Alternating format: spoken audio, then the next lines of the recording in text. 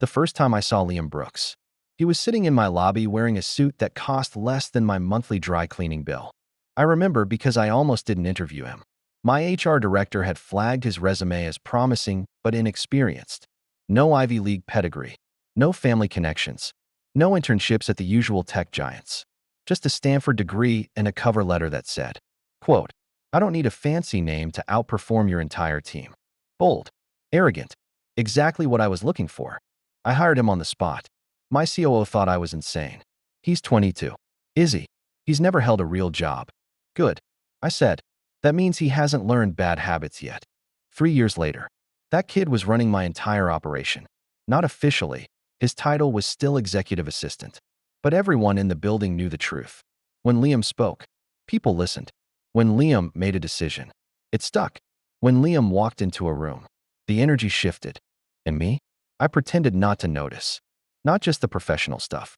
The other stuff too. The way he remembered my coffee order without being asked. The way he stayed late every night even though I told him to go home. The way he looked at me sometimes, quick, sharp, searching, like he was trying to read a book written in a language he didn't speak. I noticed all of it. I just never did anything about it. You're staring again. I snapped back to reality. Liam was standing in my doorway, holding a tablet, one eyebrow raised. I was thinking. I said, about? The Q3 numbers. Bullshit. He walked in and set the tablet on my desk. You were staring at me for 47 seconds. I counted. 47 seconds? 48 now. I hated that he could do that. Call me out. See through me. Make me feel like a teenager caught passing notes in class. What do you want? Liam? Your 2 o'clock is here. Marcus Webb from Web Capital. My stomach tightened. I kept my face neutral. Send him in. He's early. I told him to wait. Why? Because you haven't finished reviewing the acquisition terms yet. And I know you hate being rushed into meetings unprepared. I blinked. You reviewed the terms? I reviewed them, annotated them, and sent you a summary this morning. Did you read it? No. Figured. That's why I printed a copy. He pulled a folded document from his jacket pocket and placed it on top of the tablet. Key risks are highlighted in yellow. Non-negotiables are in red. Everything else is negotiable. I stared at the document, then at him. When did you do this? Last night. After you left. You stayed until midnight reading a 70-page contract? I stayed until 2. And yes, something cracked in my chest. A small fissure I'd been ignoring for 3 years. I pushed it down. Thank you, I said, quietly, genuinely. He nodded once. I'll send Webb in. He turned and walked out. I watched him go, the broad shoulders under the tailored shirt, the easy confidence in his stride, the way he held doors open for everyone, not because he had to, but because that's who he was. 47 seconds. 48. I could have watched him for 48 hours and still not gotten enough. Marcus Webb was handsome in that polished, calculated way that rich men cultivate. Perfect teeth, perfect hair, perfect smile. A suit that probably cost more than Liam's monthly rent. He shook my hand firmly. Isabella Hart. I've heard a lot about you. All good, I hope. Mostly terrifying. He grinned. They say you eat venture capitalists for breakfast. Only the ones who waste my time. He laughed. Good sign. Most people wilted under that line. We sat down. I let him talk first. Standard VC pitch. Web Capital wanted to invest $50 million in Hart Technologies for a 15% stake. Blah, blah, blah. Synergy. Market expansion. Strategic partnership. I listened with half my brain. The other half was replaying Liam's voice from earlier. I stayed until 2. You're not impressed, Marcus said suddenly. I refocused. I'm evaluating. Fair enough. Let me cut to the chase. He leaned forward. I'm not just here to talk about money. I'm here to talk about a partnership. A real one. I want to be involved in the company, not just as an investor, but as a collaborator. Define collaborator. Board seat. Monthly strategy meetings. Input on major decisions. That's a lot of involvement for $50 million. It's a lot of company for $50 million. Your valuation is aggressive. Correct. Because we're worth it. He smiled again. That polished, practiced smile. I like you, Isabella. You're direct. Refreshing. I'm busy. So let's skip the flattery and get to the point. What else are you offering? He paused. Then he said something I didn't expect. A personal connection. Excuse me? Your assistant. Liam Brooks. Marcus leaned back. I've been watching him for a while. Impressive young man. Sharp. Loyal. Hardworking. The kind of person you build a company around. My blood went cold. What about him? I want him. The words hung in the air. I gripped the armrest of my chair. For what? My team. I'm building a new division. AI integration for enterprise clients. I need someone who understands both the technology and the operations. Liam fits perfectly. He's not for sale. I'm not buying him. I'm offering him an opportunity. A promotion. A real title. Equity. A future. He has a future here. As what? Your assistant? Marcus tilted his head. No offense, Isabella, but that's a dead-end role for someone with his potential. He's too good to be fetching coffee and scheduling meetings for the rest of his career. He doesn't fetch coffee, doesn't he? I opened my mouth to argue, closed it, because Marcus wasn't entirely wrong. Liam was my assistant. No matter how much responsibility I gave him, no matter how many contracts he reviewed or deals he helped close, his title was still executive assistant. And titles mattered in this world. I'll discuss it with him, I said finally. Discuss what? We both turned. Liam was standing in the doorway again. How long had he been there? Mr. Webb was just. I heard. Liam walked in. His face was unreadable. You want to poach me? I want to offer you a better position. Marcus corrected smoothly. There's a difference. Is there? Liam, I started. He held up a hand. Stop me cold. I'd like to hear the offer. Directly. If that's okay with you. Ms. Hart. Ms. Hart. He never called me that. It was always Izzy. Or boss. Or hey you. Ms. Hart was formal. Distant. A wall going up. I nodded. Tight. Go ahead. Marcus laid it out. Director of Operations. 200,000 base salary plus performance bonuses. Equity in the new division. A team of 12 reporting directly to him. A corner office. A company car. The whole package. It was a good offer. Better than good. It was the kind of offer that changed lives. Liam listened without interrupting. When Marcus finished, he was quiet for a long moment. Thank you, he said finally. I'll consider it. That's all I ask. Marcus stood and extended his hand. Liam shook it. Take your time, but not too much time. Opportunities like this don't stay open forever. After Marcus left, the room felt smaller, tighter. I could barely breathe. Are you actually considering it? Liam turned to me. His eyes were steady, unreadable. Why wouldn't I? Because you have a future here. Do I? His voice was soft. Dangerous. What's my future here? Izzy, another year of organizing your calendar? Another year of staying until 2 a.m. reviewing contracts that should have been reviewed by legal? Another year of watching you. He stopped himself. Watching me what? Nothing. Liam, it's nothing. I stood up, walked around my desk until I was standing in front of him, close enough to see the tension in his jaw, the pulse beating in his throat. If you have something to say, say it. He looked at me, really looked, for a long, painful moment. I thought he might actually do it. Might say the words I'd been waiting 3 years to hear. Then his phone buzzed. He glanced at it. His expression shifted. I have to take this. Who is it? He didn't answer. He stepped back, putting distance between us, and walked out of my office with the phone pressed to his ear. I stood there alone, feeling the space where he'd been, wondering what I'd almost heard. The next few weeks were a blur. Marcus Webb became a regular presence at Hart Technologies. He attended meetings, reviewed documents, made suggestions, all polite, all professional, all driving me insane. But the real problem wasn't Marcus. It was Liam.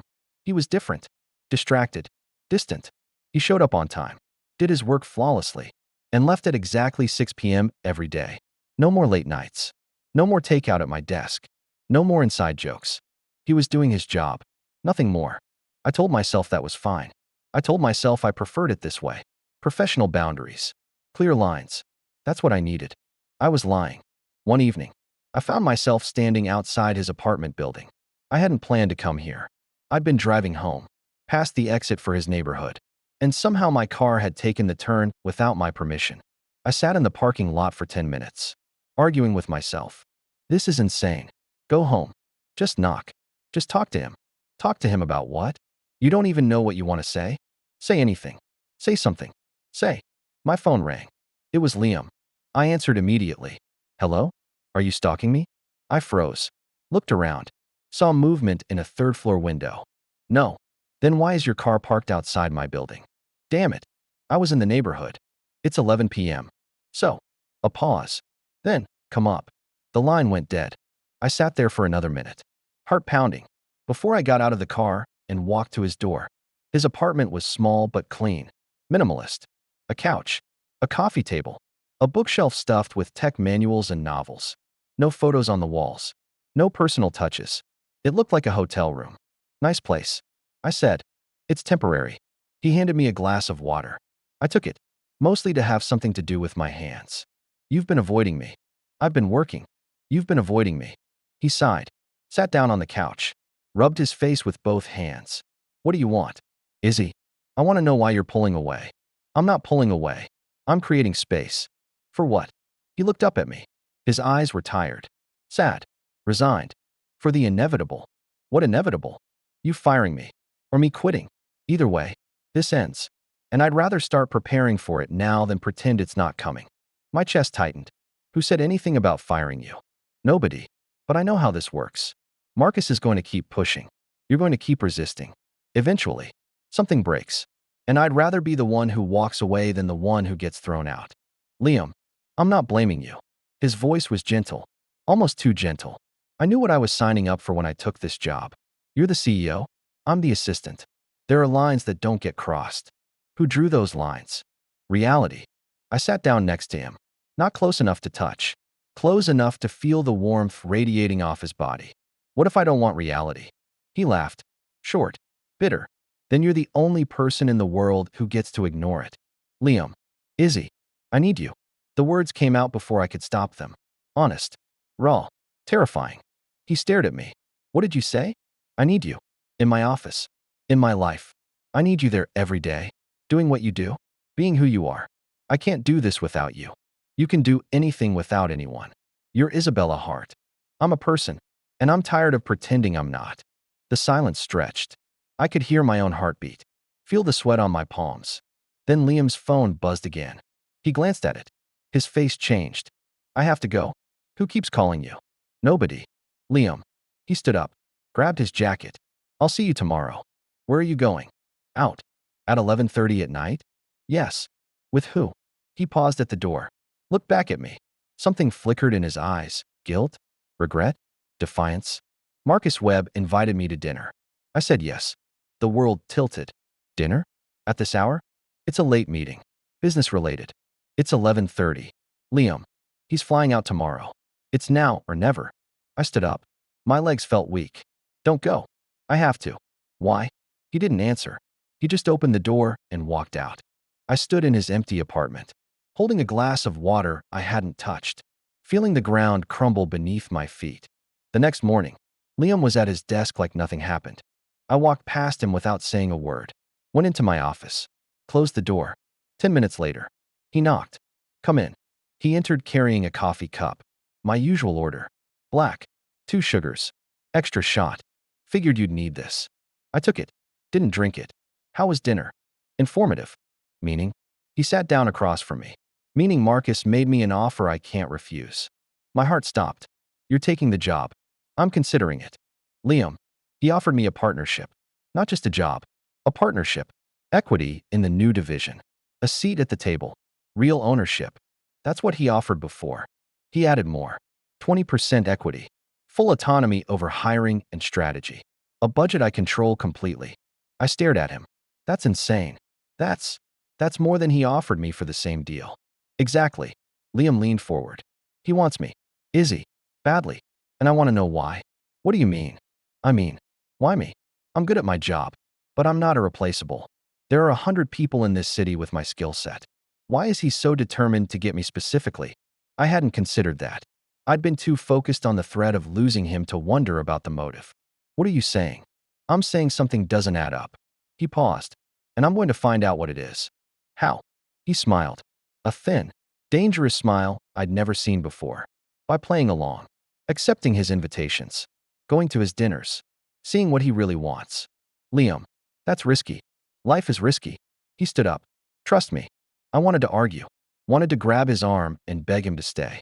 Wanted to tell him everything I'd been too afraid to say for 3 years. Instead, I nodded. Be careful. I always am. He walked out. I sat there, holding my untouched coffee, feeling like I'd just watched him step onto a train track with a tunnel approaching. 2 weeks later, Everything exploded. I was in a board meeting when my phone buzzed. A text from an unknown number. Check the news. I ignored it. 5 minutes later, another text. Seriously, check it. I excused myself, stepped into the hallway, and opened my browser. The headline hit me like a truck. Heart Technologies star assistant engaged to Web Capital CEO. Inside the power couple shaking up Silicon Valley. Below it was a photo. Liam and Marcus, holding hands, smiling. A diamond ring on Liam's finger. I couldn't breathe. I read the article twice. 3 times. It detailed their whirlwind romance, how they'd met through business, connected instantly, and decided to make it official. Marcus was quoted saying Liam was the best thing that ever happened to me. Liam was quoted saying he was excited for the future. No mention of me. No mention of Heart Technologies. No mention of the 3 years we'd spent building something together. I walked back into the boardroom, finished the meeting, shook hands, smiled. Then I went to my office, closed the door, and screamed into my hands. An hour later, Liam walked in. He looked different, sharper, more confident, like he'd shed a skin I didn't know he was wearing. You saw the news. I saw it. I'm sorry you had to find out that way. Sorry. I stood up. My voice was shaking. You're engaged. To Marcus Webb. And you're sorry I found out that way? Izzy. Don't Izzy me. I walked around my desk, got in his face. 3 years. Liam. 3 years of late nights and takeout and inside jokes. 3 years of me trusting you with everything. And you didn't think to mention you were dating the man who's trying to take over my company? It wasn't like that. Then what was it like? He met my gaze. Steady. Unflinching. Complicated. Uncomplicated. He was quiet for a long moment.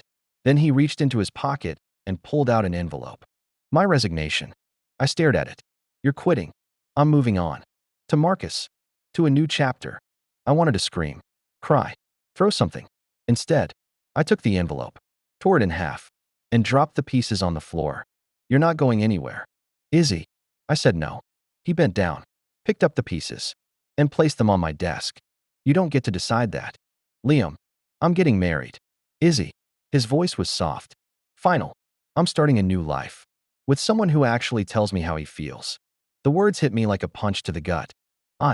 You had 3 years. He turned toward the door. 3 years to say one word. You didn't. Now I'm done. He walked out. I stood there, surrounded by shredded paper, feeling the walls of my carefully constructed world collapse around me. I didn't sleep that night. I sat in my penthouse, staring at the city lights, replaying every conversation, every missed signal, every moment I'd let fear win over courage. At 3 a.m., I made a decision. I wasn't going to lose him without a fight. The next morning, I showed up at his apartment before sunrise. I knocked until he opened the door, bleary-eyed and shirtless. What are you doing here? I'm not letting you go. Izzy, I love you. The words hung in the air between us. Raw, naked, irreversible. He stared at me. What did you say? I love you. I've loved you for 3 years. I was too scared to say it. Too proud. Too stupid. But I'm saying it now. Izzy, you don't have to say it back. You don't have to change your plans. But I needed you to know. Before you marry someone else. Before you walk out of my life forever. I needed you to know that I love you. He was quiet for a long moment. Then he stepped back. Come in. I walked inside. He closed the door behind me. Sit down. I sat on his couch. He sat across from me, rubbing his face with both hands. Izzy. He stopped. Started again. I don't know what to say. You don't have to say anything. But I do. He looked up at me. His eyes were wet.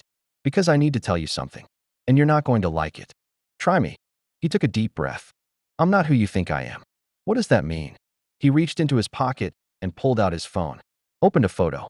Handed it to me. It was a picture of a mansion. Huge. Imposing. The kind of house that belonged to old money. Generational wealth. That's my family home. I frowned. I thought you grew up in Sacramento. I lied. What? About everything. His voice cracked. My background. My family. My finances. None of it was real. I felt the ground shift beneath me. Explain. My last name isn't Brooks. It's Brooks. With an E. As in Brooks Capital. As in the largest private equity firm on the West Coast. I couldn't breathe. I'm the heir to Brooks Capital. Worth approximately $12 billion. And I've been hiding it from everyone. Including you. For 3 years. Why? He looked at me. Broken. Vulnerable. Human. Because I wanted to know if anyone would love me for me. Not for my money. Not for my name. Just for who I am. And, and you failed the test. His voice was barely a whisper. You treated me like an employee for 3 years. You kept me at arm's length. You never let me in. And now, he stopped. Swallowed. Now I'm engaged to a man who sees me. All of me. And he wants me anyway. The room spun. Marcus knows? Marcus knows everything. That's why he pursued me. That's why he made the offer. He knows who I am. And he wants me anyway. I sat there, shattered, realizing the magnitude of what I'd lost. Not just an assistant. Not just a friend. A man worth $12 billion who had been sitting in my lobby, sleeping on my couch, eating takeout at my desk, waiting for me to see him. And I never did. Until it was too late. That was 3 days ago. Today, I'm standing in my office, staring at the shreds of his resignation letter, wondering how I let this happen. My phone buzzes. A text from Liam. The wedding is in 2 months.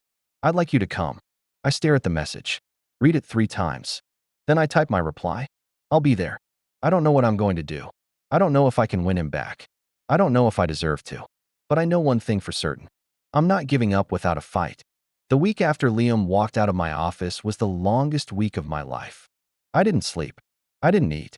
I showed up to meetings, nodded at the right moments, signed documents I didn't read, and went home to stare at the ceiling until dawn. My COO, a woman named Diane who had been with me since the company was a 2-person operation in a garage, finally cornered me in the break room. You look like shit. Thanks, Diane. Really feeling the support. I'm serious. She crossed her arms. You've lost weight. You have bags under your eyes. You snapped at a junior analyst for breathing too loud. He was breathing loudly. He was breathing normally. You're a mess. I grabbed my coffee and tried to walk past her. She blocked the door. What happened with Liam? Nothing happened. Bullshit. He quit. You've been a zombie ever since. Something happened. I stared at her. Diane was the closest thing I had to a friend in this building. She'd been there through the IPO, the acquisitions, the near bankruptcy that almost killed the company in year 2. She'd earned the right to ask. He's engaged. I said. Her eyes widened. To who? Marcus Webb, the VC guy who's been circling us. The same. She let out a low whistle. That's complicated. Understatement of the century. And you're just letting him go? I laughed. Bitter. Hollow. He made his choice. Diane, what am I supposed to do? Chain him to my desk? Maybe not chain him, but fight for him. I did fight for him. I told him I loved him. And he told me he's the heir to Brooks Capital and that I failed his test. Diane's jaw dropped. Brooks Capital? As in $12 billion Brooks Capital? The same. Holy shit. Yeah. She was quiet for a moment. Then she said something I didn't expect. Good. Excuse me? Good. He lied to you for 3 years. He hid who he was. He tested you. That's manipulative. Izzy, that's not love. He had his reasons. Everyone has reasons. Doesn't make it right. I wanted to argue, defend him, explain that I understood why he did it. But the words wouldn't come, because part of me knew she was right. That afternoon, I got an email that made my blood run cold. Subject, Hart Technologies acquisition proposal. It was from Marcus Webb. I opened it. Read it. Read it again. Webb Capital was launching a hostile takeover bid for Hart Technologies. They'd acquired 15% of our shares through shell companies over the past month. Enough to demand a board seat. Enough to start a war. Attached was a formal letter demanding a special shareholder meeting to vote on new board appointments. I called my lawyer immediately. Can he do this? He can try. 15% gives him standing, but not control. He'll need to convince other shareholders to side with him. How likely is that? Silence. Lawyer? Some of your early investors are nervous. The market's been volatile. If Webb makes a compelling case, he could peel off enough votes to get his people on the board. And then he starts pushing for changes. Operational restructuring. Leadership reviews. Possibly a vote of confidence in the CEO. Me. Yes. I hung up and sat in the dark, staring at my phone. Marcus wasn't just taking Liam from me. He was coming for my company too. And Liam was engaged to the man trying to destroy me. I didn't call Liam. I wanted to. Desperately. But what would I say? Hey, your fiancé is trying to steal my company. Can you ask him to stop? No. I had to handle this myself. I spent the next week in crisis mode. Emergency meetings with my legal team. Damage control with investors. Late-night strategy sessions with Diane. We need to find out who sold him the shares. Diane said. I already know. 3 of our early angel investors cashed out. Probably panicked when they heard about the engagement. Convenient timing. Too convenient. You think Marcus pressured them? I think Marcus paid them a premium above market value. Sweetened the deal with promises of future partnerships. Made them an offer they couldn't refuse. That's not illegal. No, but it's aggressive. He's sending a message. He's declaring war. I rubbed my eyes. I hadn't slept in 3 days. My brain was foggy. My judgment compromised. But I couldn't afford to slow down. What's our counterplay? We buy back as many shares as we can. Reach out to our remaining investors. Lock down commitments before the shareholder meeting. How much will that cost? Roughly 20 million. Minimum. I did the math in my head. We had cash reserves. But not that much. I'd need to liquidate assets. Take out loans.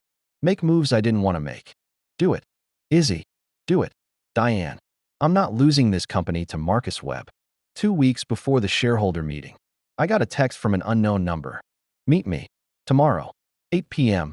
The rooftop bar at the St. Regis. Come alone. No signature. But I knew who it was. I showed up at 7:45. Wearing armor, a black pantsuit. Heels that could double as weapons. And a face that revealed nothing. Marcus was already there. Seated at a corner table with a view of the city skyline. He stood when I arrived. Polished. Charming. Predatory. Isabella. Thank you for coming. You didn't give me much choice. Have a seat. I sat.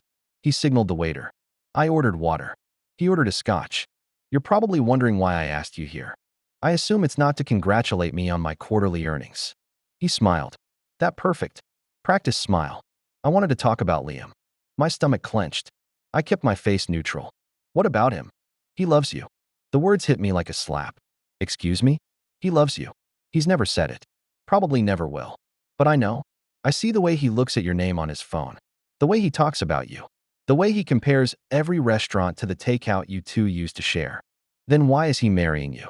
Marcus took a long sip of his scotch. Because I asked. And you didn't. I had no response to that. He's been waiting for you. Isabella. 3 years. Every day. Every late night. Every moment you brushed off his hints. Ignored his signals. Retreated behind your CEO mask. He was waiting for you to see him. To choose him. I did choose him. I told him I loved him. After he was already gone. After he'd already accepted my proposal. That's not choosing him. That's panic. I wanted to argue. Wanted to throw my water in his face. But he wasn't wrong. What do you want? Marcus? Really? I want you to let him go. Excuse me? He's conflicted. Confused.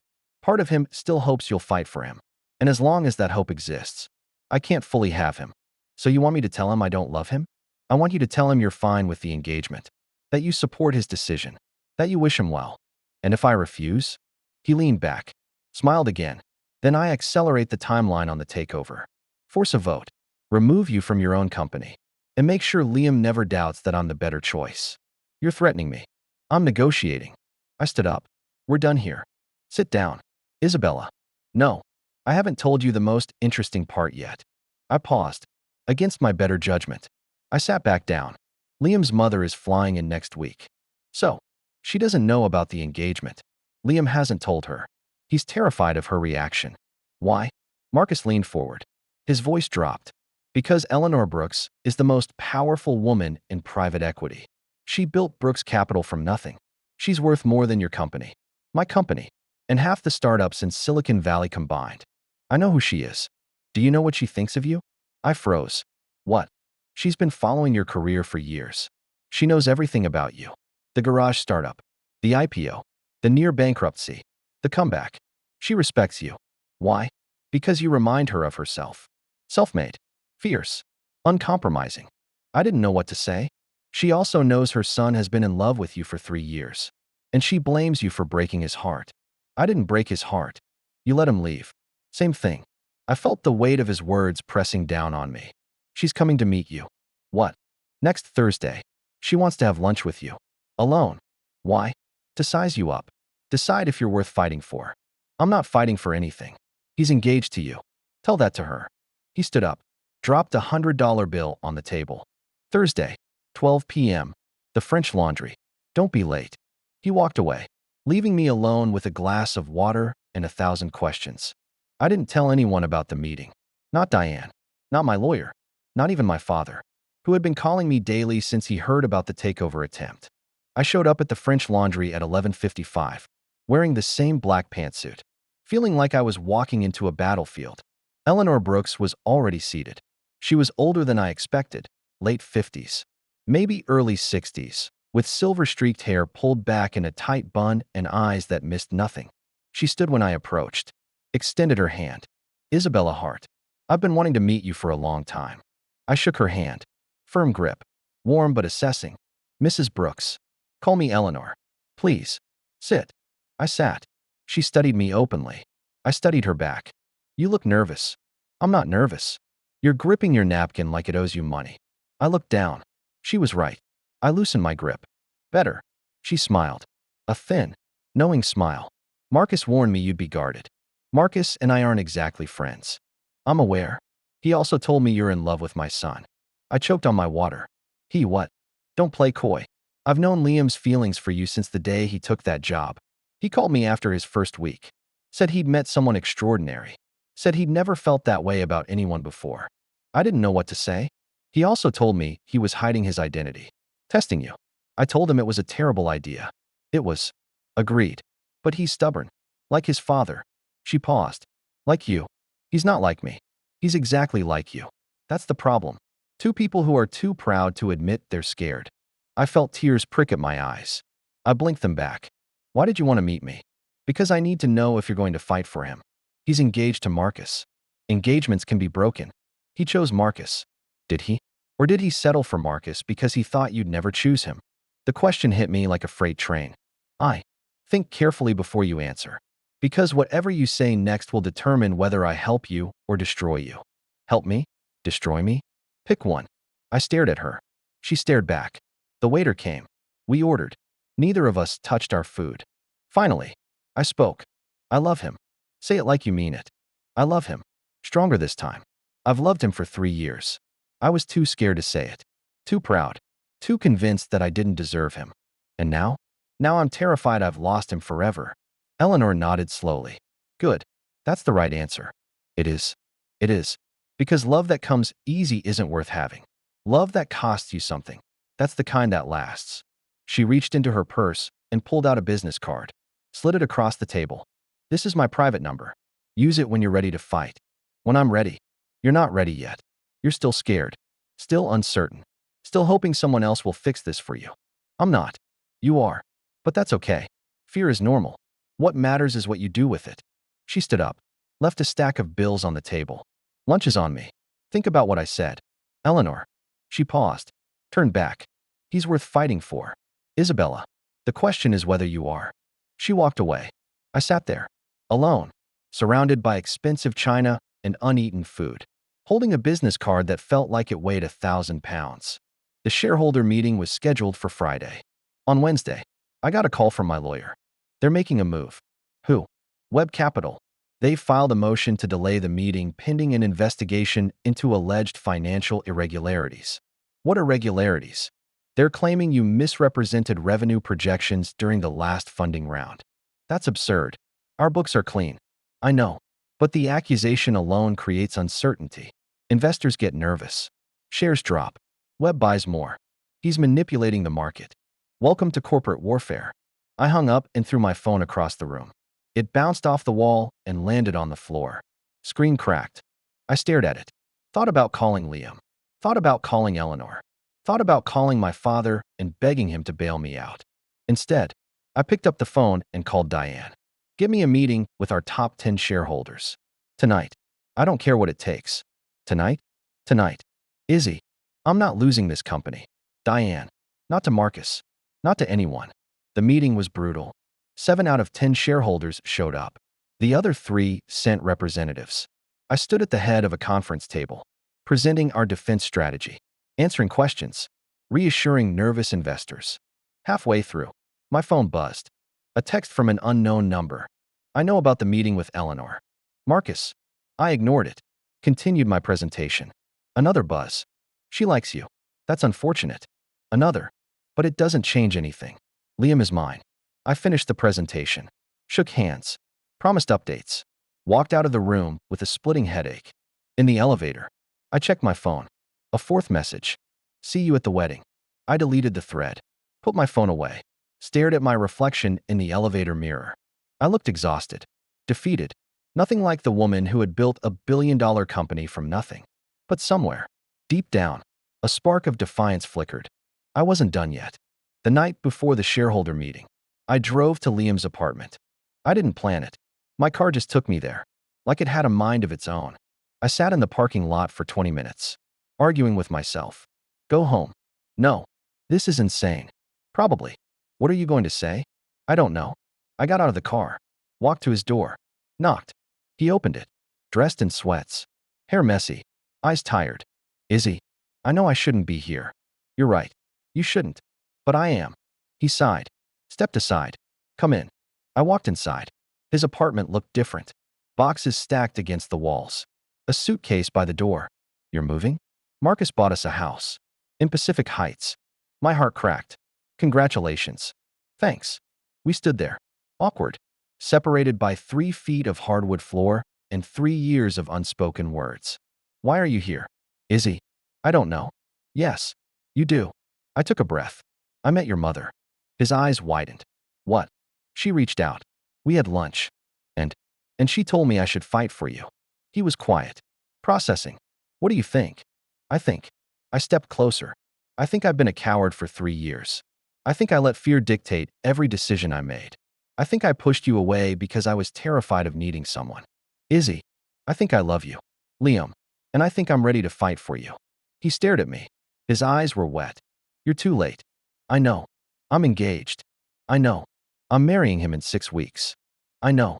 Then why are you here? I reached out, touched his face. He didn't pull away.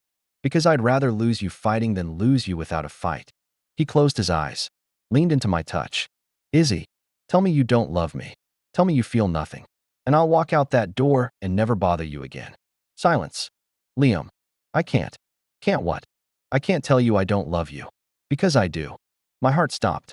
Then why? Because I'm scared. His voice broke. I'm scared of getting hurt. I'm scared of giving you everything and watching you walk away again. I'm scared that if I choose you, you'll realize I'm not worth it. Liam, I've been invisible my whole life. Izzy, the son of a powerful woman, the heir to a fortune I didn't earn. Everyone sees my money. No one sees me. I see you. Do you? Or do you see the assistant who made your life easier? I grabbed his face with both hands. Made him look at me. I see a man who stayed until 2 a.m. reviewing contracts he didn't have to review. I see a man who remembered my coffee order after 1 week. I see a man who believed in my company when no one else did. I see you. Liam. All of you. He broke. Tears streamed down his face. He pulled me into his arms. Held me like I was the only thing keeping him upright. Izzy. I'm here. I don't know what to do. Neither do I. We stood there, holding each other, while the world outside crumbled. I left at 2 a.m. He didn't ask me to stay. I didn't offer. But something had shifted. A crack in the wall. A thread of possibility. As I drove home, my phone buzzed. A text from Liam. I'm not marrying him. I nearly crashed the car. I pulled over. Stared at the screen. Read it again. I'm not marrying him. My hands were shaking as I typed my reply. What? I've been lying to myself. I can't marry him. Not when I'm in love with you. Liam, I'm ending it tomorrow. I don't know what happens after that. But I can't marry him. I sat in my car, crying, laughing, shaking. For the first time in weeks, I felt hope. The next morning, I woke up to a disaster. My phone had exploded overnight. Dozens of missed calls. Hundreds of texts. News alerts flooding my screen. Breaking. Hart Technologies CEO involved in corporate espionage scandal. Allegations surfaced that Isabella Hart stole trade secrets from Web Capital. Shareholders demand immediate resignation. I stared at the headlines. Frozen. It was a setup. Marcus had planted the story. Leaked fake documents. Manufactured evidence. All timed to coincide with the shareholder meeting. I called my lawyer. It's everywhere. I know. Can we fight it? We can try. But the damage is done. Investors are panicking. The board is calling for an emergency session. Schedule it. Izzy. Schedule it. I'm not running. I hung up. Called Diane. Damage control. Now. Already on it. We're drafting a press release. Gathering evidence to disprove the allegations. How long? A few days. Maybe longer. We don't have a few days. The shareholder meeting is today. Then we stall. How? I don't know. But figure it out. I hung up, stared at my reflection. Somewhere out there, Marcus was celebrating, thinking he'd won. He didn't know about my conversation with Liam last night. He didn't know that Liam was planning to leave him. And he definitely didn't know that Eleanor Brooks had given me her private number. I picked up my phone.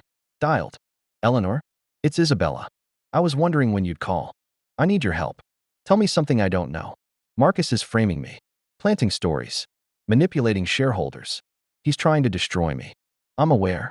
You're aware? I have sources everywhere. Isabella, I knew about the allegations before they hit the press. And you didn't warn me?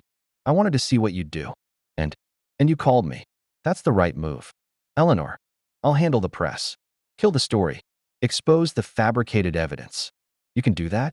I can do anything. Dear, I'm Eleanor Brooks. I felt a wave of relief wash over me. Thank you. Don't thank me yet. Marcus is dangerous. Cornered animals lash out. I know. Protect yourself. And protect my son. I will. Good. Now go win your company back. She hung up. I stood there, phone in hand, feeling the tide begin to turn. The shareholder meeting started at 10 a.m. I walked in wearing armor, black suit, red lipstick, eyes like steel. The room was packed. Investors, lawyers, board members, reporters in the back. Marcus was there, sitting in the front row, smiling. I took my place at the podium. Good morning. Thank you all for coming. Murmurs rippled through the crowd. I'm sure you've all seen the allegations circulating in the press. I'm here to address them directly. I pulled out a folder, opened it. These documents, provided to me by an independent source, prove that the allegations against me are fabricated. The evidence was manufactured. The leaks were coordinated. This was a deliberate attempt to destabilize this company and force a hostile takeover. Gasps, whispers, cameras flashing. The source of these attacks is sitting in this room. Every head turned toward Marcus. He didn't flinch, didn't blink, just kept smiling. Isabella, this is a serious accusation. It's not an accusation. It's a fact. You have no proof. I have all the proof I need. I held up a USB drive, financial records, email trails, phone logs, all tracing back to Web Capital, all demonstrating a coordinated campaign to manipulate stock prices and defraud shareholders. The room erupted. Marcus stood up. His smile was gone. This is slander. This is the truth. I'll sue you into oblivion. You can try, but I'd recommend focusing on your own legal problems. Because after I release this evidence, you're going to have a lot of explaining to do. He stared at me. For the first time, I saw fear in his eyes. You think you've won? I think I've survived. That's close enough. He laughed. A hollow, bitter sound. You're forgetting one thing. What's that? Liam. My heart stopped. He's not yours. He never was. And no amount of corporate warfare will change that. Actually, a voice said from the back of the room. He's not yours either. We both turned. Liam was standing in the doorway. He walked forward, past the reporters, past the investors, past Marcus, until he was standing in front of me. Izzy. Liam. I ended it. This morning. Told him I couldn't marry him. Marcus's face went pale. Liam. I'm sorry. Marcus. But I can't. I've been lying to myself. And to you? You're making a mistake. No. I'm correcting one. He turned to me, took my hands. Izzy. Before he could finish, the doors burst open. A woman in a designer suit strode in, flanked by lawyers and security. Eleanor Brooks. She surveyed the room like a general surveying a battlefield. Gentlemen, she said, her voice cutting through the chaos. This circus is over. She walked to the podium, pulled out a document. This is a court order freezing all Web Capital assets pending investigation into securities fraud. Marcus's face went white. You can't. I can. And I did. She turned to the investors. Additionally, I've purchased a controlling interest in Heart Technologies effective immediately. The company is no longer vulnerable to hostile takeover. The room exploded. Reporters shouted. Investors scrambled. Marcus stood frozen, watching his empire crumble. Through it all, Liam held my hand. Izzy. Liam. I love you. I love you too. Then what are we waiting for? I smiled. For the first time in weeks. It reached my eyes. Absolutely nothing. He kissed me. Right there. In front of everyone. Cameras flashed. People gasped. Marcus screamed. And I didn't care. Because I had won. Not the company. Not the battle. Him. And that was worth everything. The kiss lasted maybe 10 seconds. It felt like an eternity. When we finally pulled apart, the room was chaos. Reporters shouting. Investors scrambling. Marcus standing frozen. His face a mask of pure rage. Liam kept his hand wrapped around mine. We should get out of here. Agreed. We moved toward the exit. Marcus blocked our path. You're making a huge mistake. Liam. I don't think so. She's using you. She's always been using you. That's rich coming from the man who just tried to steal her company. Marcus's jaw tightened. This isn't over. Yes, it is. Liam pushed past him. I followed. We walked out of the building into the bright San Francisco sunlight, hand in hand, leaving the wreckage behind. We ended up at a diner 3 blocks away. Greasy food, cracked vinyl booths, a jukebox playing old rock songs. The complete opposite of the corporate battlefield we'd just escaped. Liam ordered coffee. I ordered water. Neither of us touched our drinks. So, he said. So, that was intense. Understatement of the century. He laughed. A short, nervous laugh. I can't believe I did that. Which part? Breaking off your engagement or kissing me in front of a room full of reporters? Both. All of it. Regrets? He looked at me. Really looked. None. My heart swelled. Liam. Izzy. I need to say something. Okay. He reached across the table. Took my hands. I've been in love with you since the day you hired me. I know. I mean really in love. Not just attracted. Not just impressed. Deep. Terrifying. Can't eat, can't sleep in love. I know. And I've spent 3 years convincing myself that you'd never feel the same way. That I was just your assistant. That I didn't deserve you. Liam. Let me finish. He squeezed my hands. I was wrong. About all of it. You're not the cold, untouchable CEO I built up in my head. You're a woman who stays up until 2 a.m. reviewing contracts. Who remembers everyone's birthday. Who cries during sad movies but pretends she has something in her eye. I laughed. I do not. You absolutely do. I've seen it. 3 times. Once during The Notebook. Once during that documentary about the octopus. And once during a commercial for dog food. Okay. That one was justified. The dog found his owner after 10 years. It was a commercial. Izzy. It was a true story. He laughed. The sound was warm. Familiar. Like coming home. Izzy.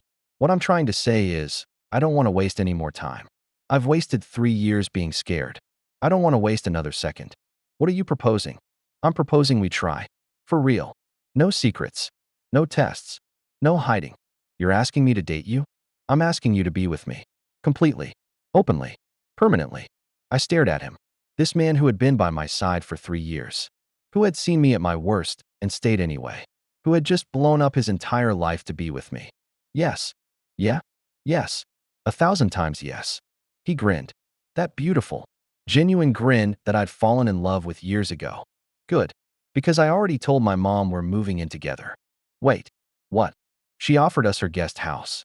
In Pacific Heights. Rent-free. Liam. She also offered to bankroll your legal fight against Marcus. No strings attached. Your mother is terrifying. She's amazing. You'll love her. I already do. She threatened to destroy me and then offered to help me. In the same conversation. That sounds like her. We sat there, holding hands across a sticky diner table, grinning like idiots. For the first time in 3 years. Everything felt right. The next few days were a blur. Eleanor's legal team moved fast. The freeze on Web Capital's assets was upheld. Marcus was under investigation for securities fraud. His reputation was in shambles. Meanwhile, Hart Technologies was thriving. The scandal had actually boosted our profile. Investors were rallying behind me. Stock prices were climbing.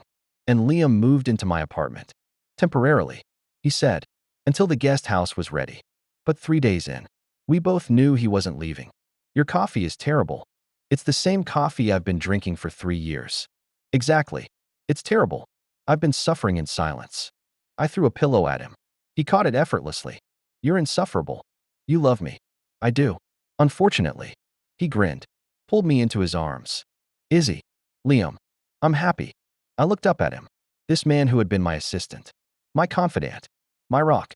Now my boyfriend. My partner. My future. Me too. Scary, isn't it? Terrifying. Good. Means it's real. He kissed me. Soft, sweet, full of promise. 2 weeks later, the other shoe dropped. I was in a board meeting when my phone buzzed. A text from an unknown number. You think you've won. You haven't. I ignored it. Another buzz. Liam doesn't know everything about me, but he's about to. I felt a chill run down my spine. Another buzz. Ask him about the night of the company retreat.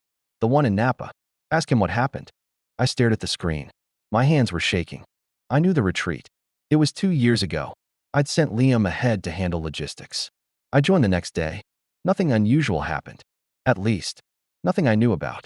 I excused myself from the meeting, found a quiet corner, called Liam. Hey, babe, what's up? Did something happen at the Napa retreat? 2 years ago? Silence. Liam, how did you? Who told you about that? My blood ran cold. So something did happen. Izzy, it's not what you think. Then tell me what it is. Another pause. Longer this time. Marcus was there. What? He showed up uninvited. Claimed he was scouting the venue for an event. We ran into each other at the bar. And we talked. For hours. About you. About the company. About life. And nothing. We talked. That's it. Then why does it sound like you're hiding something? Because I am. The words hit me like a punch to the gut. What are you hiding, Liam? He took a deep breath. He kissed me. The world stopped. He what? He kissed me. At the end of the night. I was drunk. He was drunk. It happened. And you didn't tell me? I was ashamed. I was confused. I didn't know how to process it. Liam, it was one kiss. I pushed him away. I told him I wasn't interested. I never saw him again until he showed up at the office last year. Then why did he pursue you? Why did you say yes to his proposal? Because he convinced me you'd never love me. He spent months in my ear. Izzy, telling me I was invisible to you. That I was wasting my life waiting for something that would never happen. And you believed him? I was vulnerable. I was tired. I was in love with a woman who wouldn't even look at me. I wanted to be angry, wanted to scream, wanted to throw my phone across the room. But I couldn't. Because he was right. I had made him feel invisible. I had kept him at arm's length. I had let my fear dictate our relationship for 3 years. Izzy, are you still there? I'm here. Are you mad? I'm processing. I'm sorry I didn't tell you. I know. Izzy, I need some time to think. Okay, I'll call you later. I hung up, stood in the hallway, staring at my phone. Marcus had been playing the long game for 2 years, planting seeds, manipulating, waiting, and I had walked right into his trap. I didn't go home that night. I checked into a hotel, ordered room service I didn't eat, stared at the ceiling until dawn. At 6 a.m., my phone buzzed. A text from Liam. I'm sorry. I should have told you. I understand if you need space. I didn't reply. Another text. I love you. That hasn't changed. I still didn't reply. A third text. Marcus is going to use this against us. Don't let him win. I finally typed a response. I won't. The next morning, I walked into my office to find a package on my desk. A plain manila envelope. No return address. I opened it. Inside was a single photograph. Liam and Marcus. Kissing. At a bar. 2 years ago. Time stamped. Date stamped. Irrefutable. Below it was a note. Thought you should see the evidence. He lied to you. He'll always lie to you. I stared at the photo. My first instinct was to tear it up. Throw it away. Pretend I never saw it. But I couldn't. Because it was real. It happened. And Liam had hidden it from me. I picked up my phone. Called Liam. Izzy. I got the photo. What photo? Don't play dumb. Liam. Marcus sent me the photo. Of you two. Kissing. Silence. Izzy. I can explain. You already explained. You said it was one kiss. You said you pushed him away. But you didn't tell me. For 2 years. You let me walk into a relationship with Marcus's fiancée without knowing the full history. I was scared. Of what? Of losing you. Well, congratulations. You might have just accomplished that. I hung up. Sat in my chair. Stared at the photo. My phone buzzed. Liam. Calling again. I declined. Another buzz. Text. Please. Let me explain in person. I didn't respond. Another text. I'll be at the apartment tonight. Whenever you're ready. I put my phone face down on the desk. And cried. I didn't go to the apartment that night. Or the next night. I stayed at the hotel. Avoided calls. Ignored texts. Buried myself in work. Diane found me on the 3rd day. You look like death. Thanks. Diane. I'm serious. You've been hiding for 3 days. What's going on? I told her everything. The photo, the kiss, the 2-year secret. She listened without interrupting. When I finished, she was quiet for a long moment. Okay, okay, that's all you have to say? He made a mistake. A stupid, reckless mistake. But he was 24 years old, drunk, and confused. And he spent the last 2 years proving he's not that person anymore. So you think I should forgive him? I think you should talk to him, like an adult, instead of hiding in a hotel room. I wanted to argue, but she was right. Fine. Good. Now shower. Change. Go home. I showered. Changed. Went home. Liam was sitting on the couch when I walked in. He looked terrible. Dark circles under his eyes. Unshaven. Wearing the same clothes from 3 days ago. Izzy. Liam. I'm glad you came. I almost didn't. I know. He stood up. Didn't approach. Gave me space. I'm sorry. I know I've said that 100 times. But I mean it. I'm sorry I didn't tell you. I'm sorry I let Marcus manipulate me. I'm sorry I put us in this position. You should have told me. I know. The night it happened. You should have called me. Told me what happened. I was ashamed. I don't care. You should have told me. You're right. I should have. I walked closer. Stopped a few feet away. Look at me. He looked up. Met my eyes. I'm not going to pretend this doesn't hurt. It does. You kept a secret from me. A significant one. And Marcus used it to drive a wedge between us. I know. But I also understand why you did it. You were scared. You were vulnerable. You were dealing with feelings you didn't understand. Izzy, I'm not finished. He waited. I love you. I've loved you for 3 years. And I'm not going to let Marcus Webb destroy what we have. His eyes filled with tears. But if you ever keep a secret like this from me again, if you ever let someone manipulate you into hiding something important, we're done. Permanently. Understood. Good. I closed the distance between us. Wrapped my arms around him. He buried his face in my shoulder. Cried like a child. I'm sorry. I'm so sorry. I know. I love you. I know. I'll spend the rest of my life making it up to you. Good. Because I'm going to hold you to that. He laughed through his tears. Pulled back. Looked at me. You're amazing. You know that. I'm aware. Modest. Too. Shut up and kiss me. He did. The next morning, I woke up in Liam's arms. For the first time in days, I felt at peace. Then my phone rang.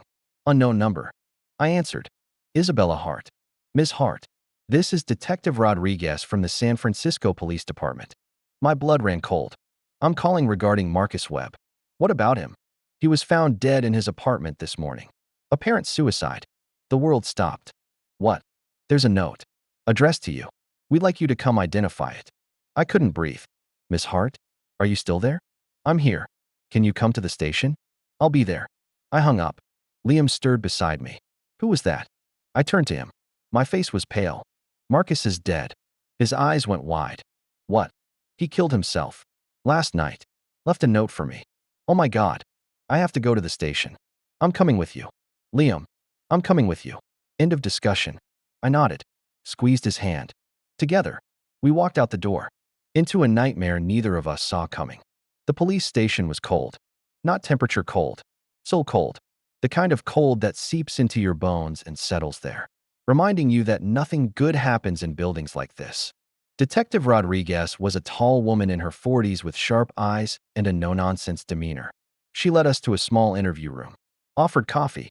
I declined. Liam accepted, mostly to have something to hold. Thank you for coming in so quickly. Ms. Hart, your call didn't leave much room for negotiation. Fair enough. She slid a manila envelope across the table. This was found next to Mr. Webb's body. It's addressed to you. I stared at the envelope like it might explode. Have you read it? We've photographed the contents for evidence. The original is yours to keep. I reached for it. My hands were shaking. Would you like privacy? No. I looked at Liam. Stay? He nodded. Placed his hand on my leg under the table, grounding me. I opened the envelope. Inside was a single sheet of paper. Handwritten. Messy. Like it had been written in a hurry. Isabella, if you're reading this, I'm gone. Good. I deserve it. I want to say I'm sorry, but I'm not sure you'd believe me. I've done terrible things. Manipulated people. Ruined lives. Yours. Liam's. My own. I was jealous of you. You know, from the first moment I met you. You had everything I wanted. The company. The respect. The love of a man who would burn the world for you. I thought I could take it all. Break you. Steal Liam. Destroy your empire. Prove I was better. I was wrong. I spent 2 years orchestrating a plan to ruin you. Planting seeds, manufacturing evidence, manipulating emotions. And in the end, I destroyed myself. I'm not writing this to earn your forgiveness. I don't deserve it. I'm writing this because I need you to know the truth. The night of the Napa retreat, I didn't just kiss Liam. I drugged him. The room spun. I put something in his drink. Not enough to knock him out. Just enough to lower his inhibitions. Make him vulnerable. I wanted him to wake up confused. Guilty. Unsure of what happened. But he fought it. Even drugged. He fought it. He pushed me away. Passed out in his room. Remembered nothing the next morning. I lied to him afterward. Told him he'd initiated the kiss. Told him he'd been the one to pursue me. Planted seeds of doubt that festered for 2 years. I'm telling you this not because I want absolution, but because I want you to know the truth. Liam didn't cheat on you. He was drugged. He was manipulated. He was a victim. I'm sorry. I know that's not enough, but it's all I have. Tell Liam I'm sorry too. Tell him I was a coward who couldn't face what I'd done. Goodbye. Marcus. I finished reading. Looked up. Liam was watching me. Concern etched on his face. What does it say? I couldn't speak. I handed him the letter. He read it. His face went pale, then white, then gray. He drugged me? I'm sorry. He drugged me.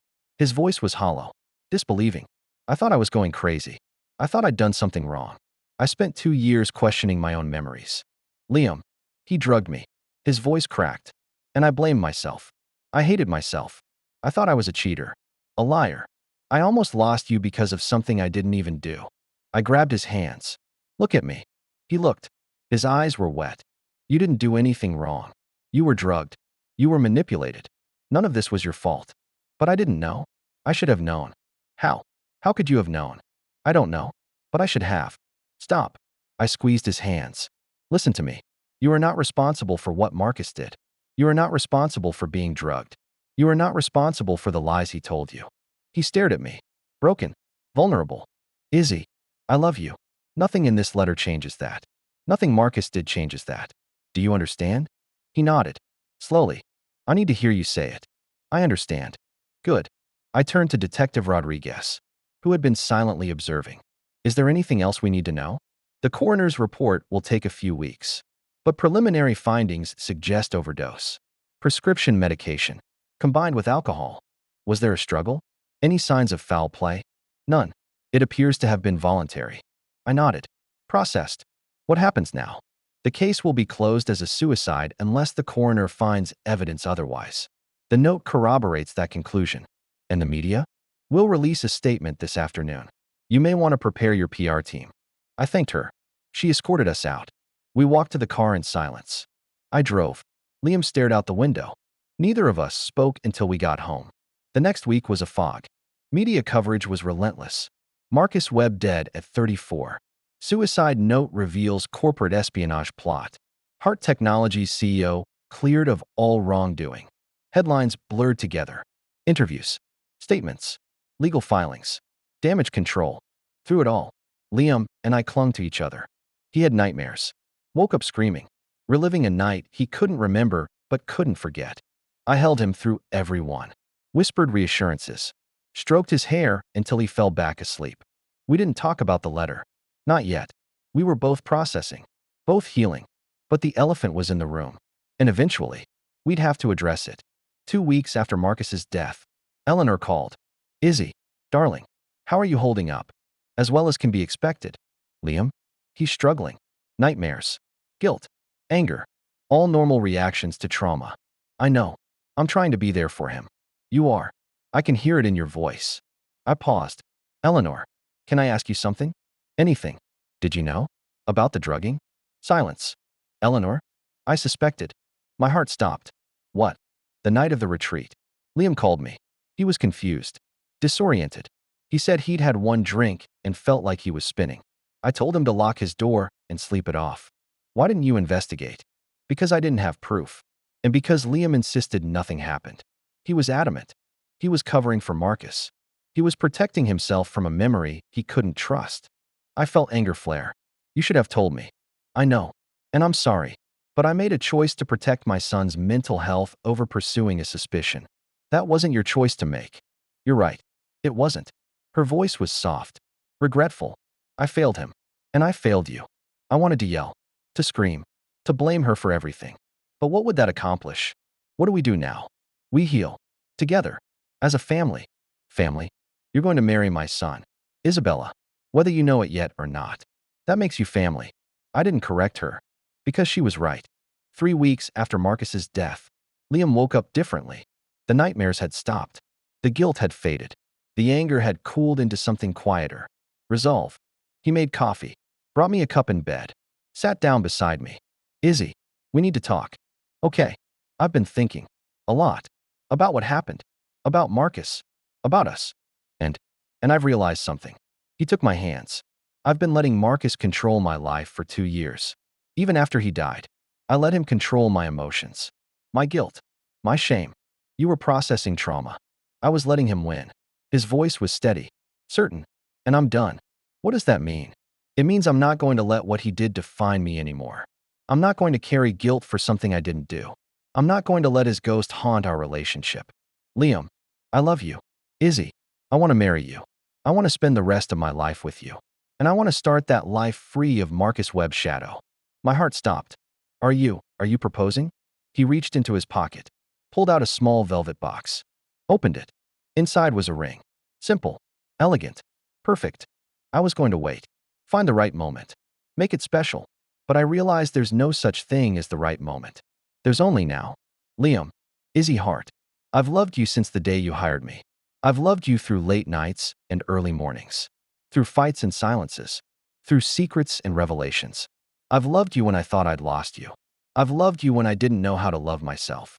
Tears streamed down my face. I want to spend the rest of my life loving you. Will you marry me? Yes. Yes.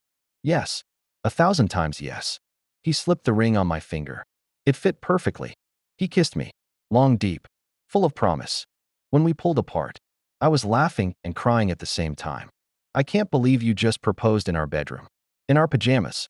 Over cold coffee. Best decision I ever made. The coffee is terrible. I know. I made it. I laughed. Pulled him close. I love you. Liam Brooks. Or Brooks. Whatever your name is. It's yours. Whatever you want it to be. Liam Hart has a nice ring to it. He grinned. I like the sound of that. We told Eleanor first. She cried. Hugged us both. Promised to plan the wedding of the century. We told my father next. He was quiet for a long moment. Then he said, he better treat you right. He will. Dad. He better. Or I'll have him disappeared. Dad. I'm joking. Mostly. We told Diane. She screamed. Hugged me. Threatened Liam within an inch of his life if he ever hurt me. We told the world via a simple Instagram post. A photo of our hands. The ring visible. Caption, forever starts now. The responses flooded in. Congratulations. Well wishes. A few bitter comments from people who thought it was too soon after Marcus's death. We ignored them. We were too happy to care. The wedding was set for 6 months later. Eleanor insisted on handling everything. Venue.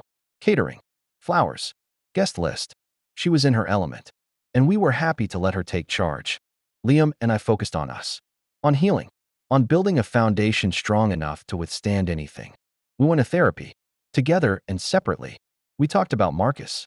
About the drugging. About the secrets. About everything we'd buried for 3 years. It was hard. Excruciating at times. But necessary. And slowly. Painfully. Beautifully. We healed. For months before the wedding, I got a call from Detective Rodriguez. Ms. Hart, I have some information you should be aware of. Regarding Marcus? Yes. The coroner's report came back. And it confirms suicide. But there's something else. What? Mr. Webb had been diagnosed with terminal pancreatic cancer 6 months before his death. He had approximately 3 months to live when he died. I felt the air leave my lungs. He was dying? Yes. The cancer was aggressive.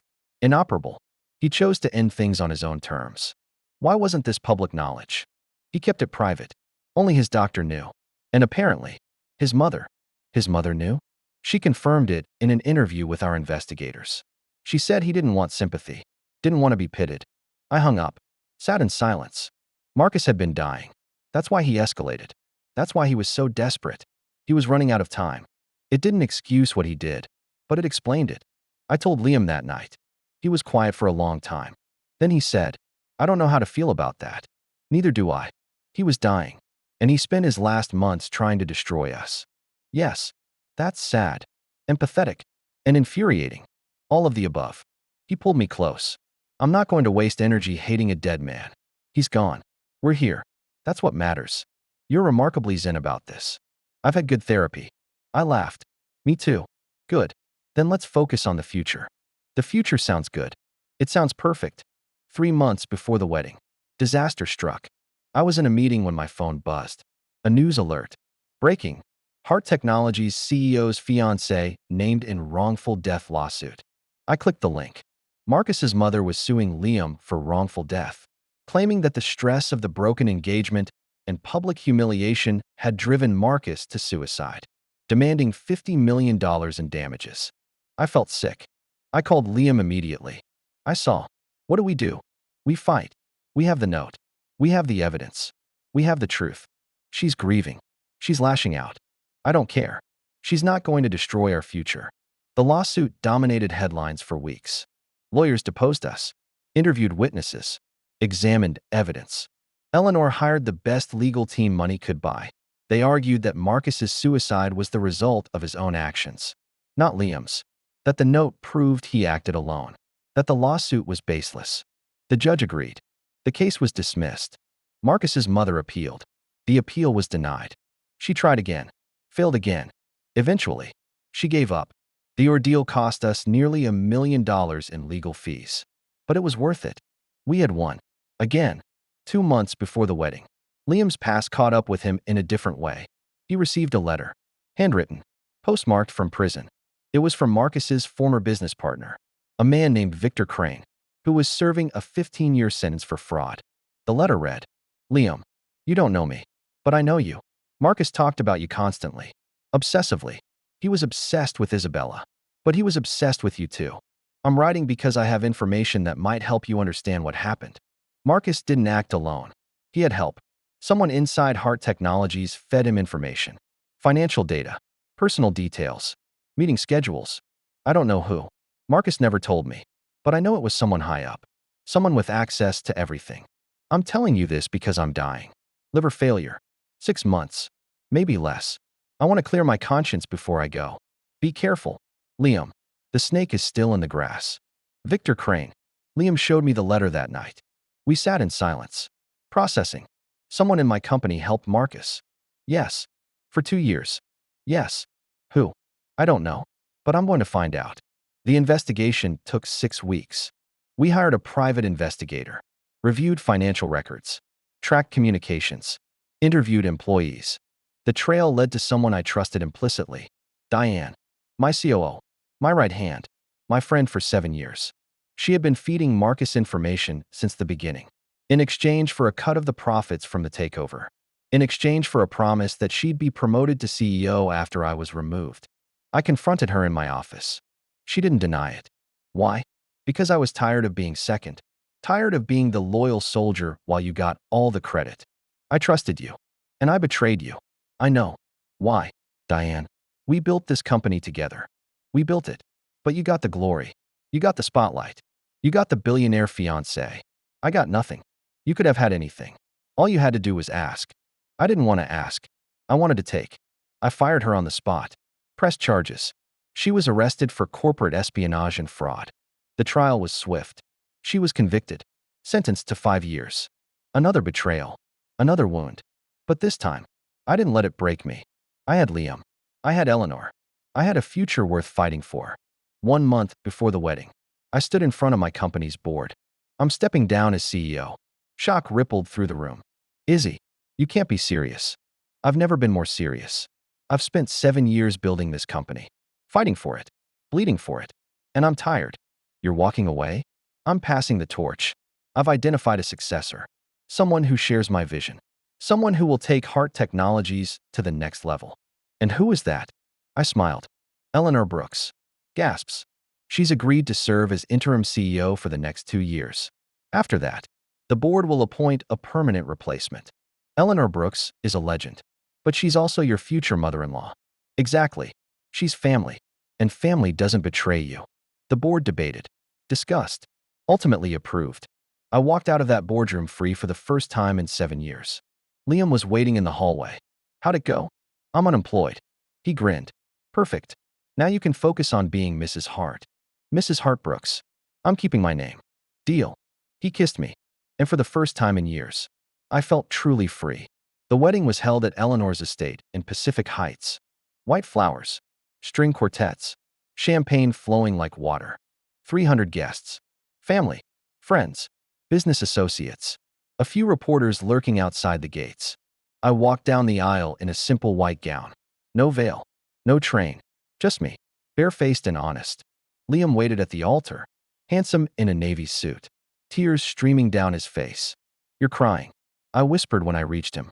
You're beautiful. You're biased. Extremely. The officiant spoke. We exchanged vows. Simple. Honest. Ours. Izzy, I promise to love you through every late night and early morning. Through every victory and every defeat. Through every secret revealed and every truth uncovered. I promise to be your partner. Your confidant. Your home. Liam, I promise to stop pretending I don't need you. I promise to let you in. Even when it's scary. I promise to fight for us. Even when it's hard. I promise to love you.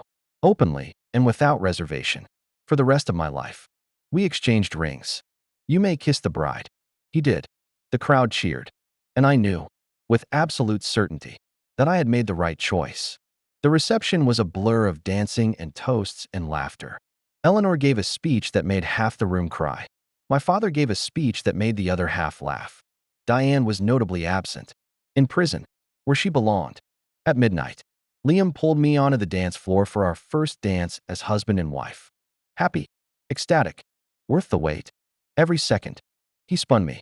I laughed. The world dissolved around us.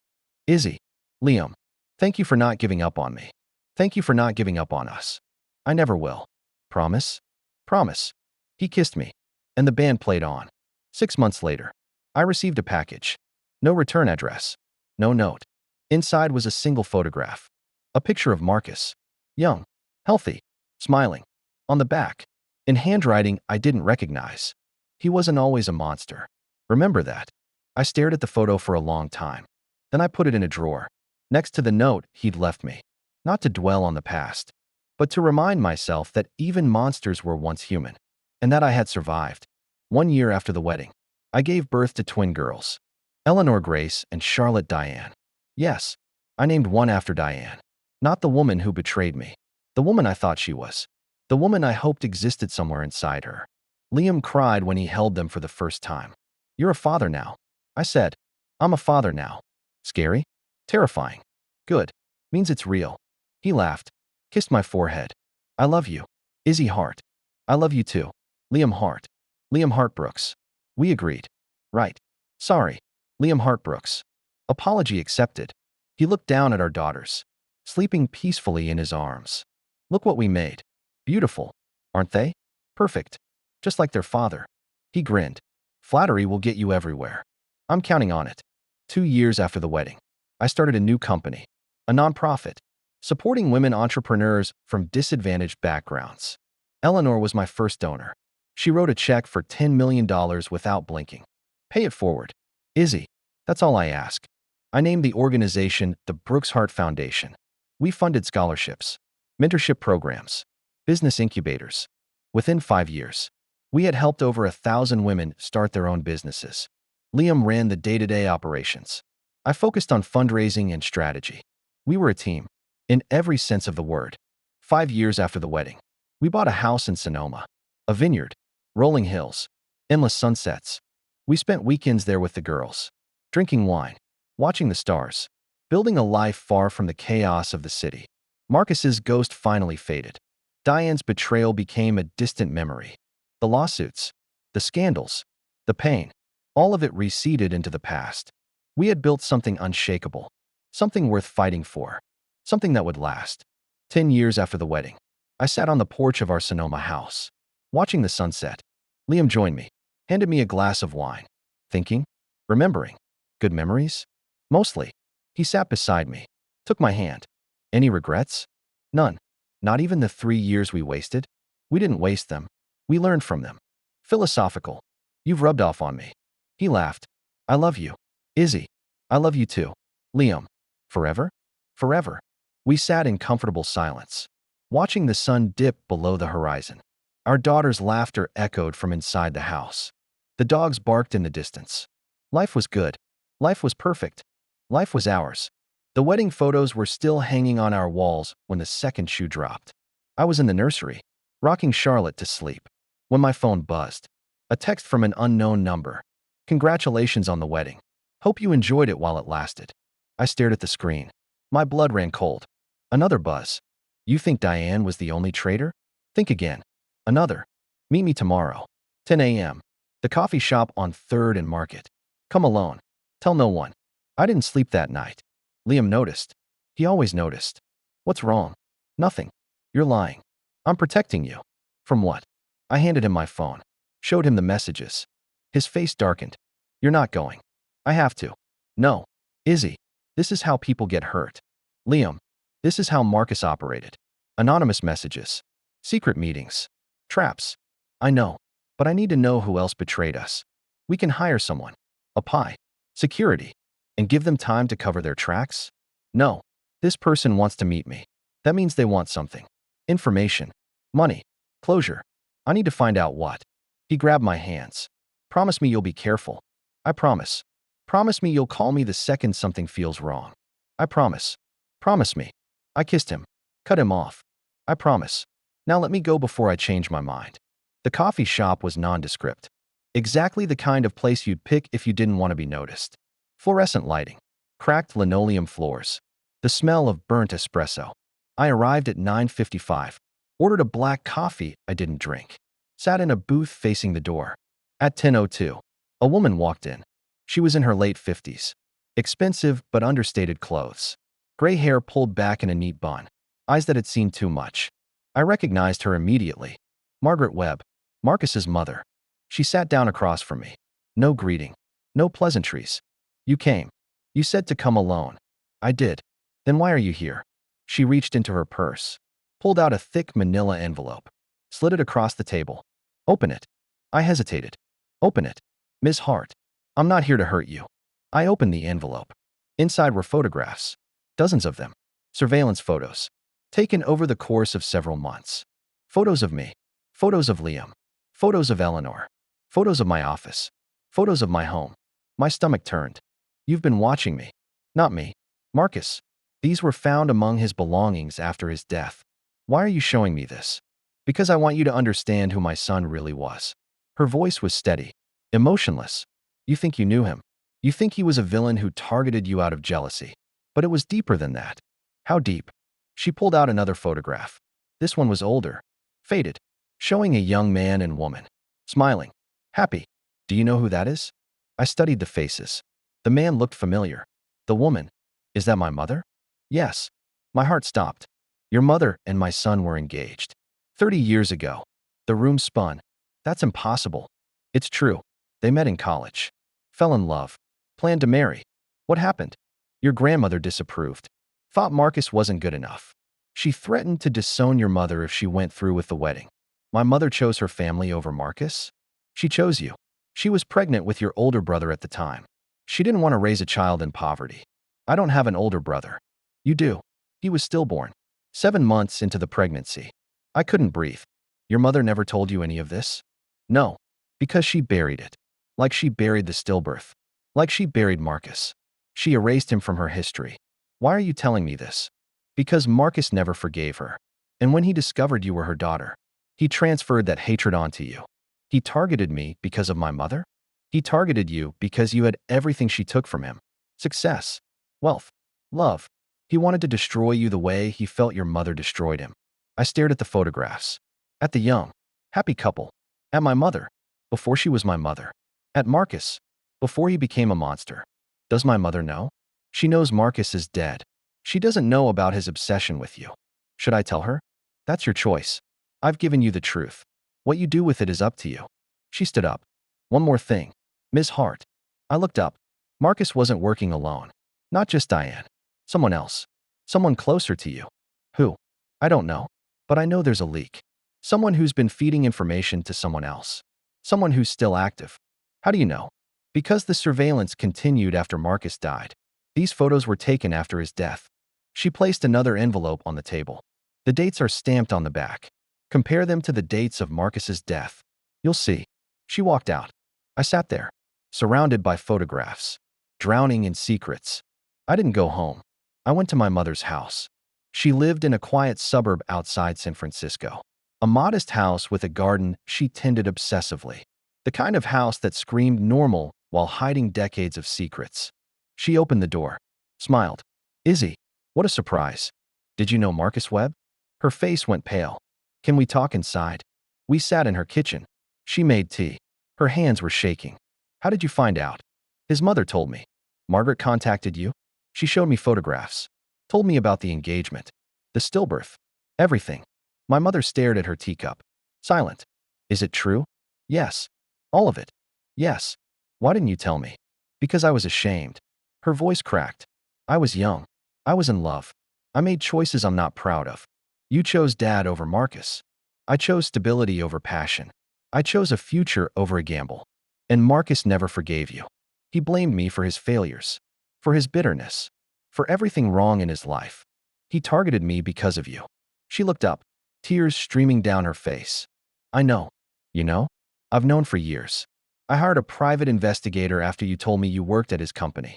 I wanted to make sure he wasn't targeting you. And you didn't warn me? I was afraid. Afraid you'd hate me. Afraid you'd blame me for what he did. I do blame you. She flinched like I'd slapped her. You kept secrets. You let me walk into a trap blind. You let me suffer for 3 years because you were too ashamed to tell me the truth. Izzy, I almost lost everything. My company, my sanity, the love of my life. Because you couldn't be honest with me. I'm sorry. Sorry isn't enough. I stood up. I need time. Space. I need to process this. I understand. Do you? Do you understand that I spent 3 years being manipulated by a man who hated me because of a grudge against you? Do you understand that I almost married someone else because I was too broken to see what was in front of me? She didn't answer. I'll call you when I'm ready to talk. I walked out. She was still crying when I closed the door. I drove home in a daze. Liam was waiting. He took one look at my face and pulled me into his arms. What happened? I told him everything. The meeting, the photographs, my mother, the stillbirth, the decades-old grudge. He held me through all of it. When I finished, he was quiet for a long moment. That's a lot.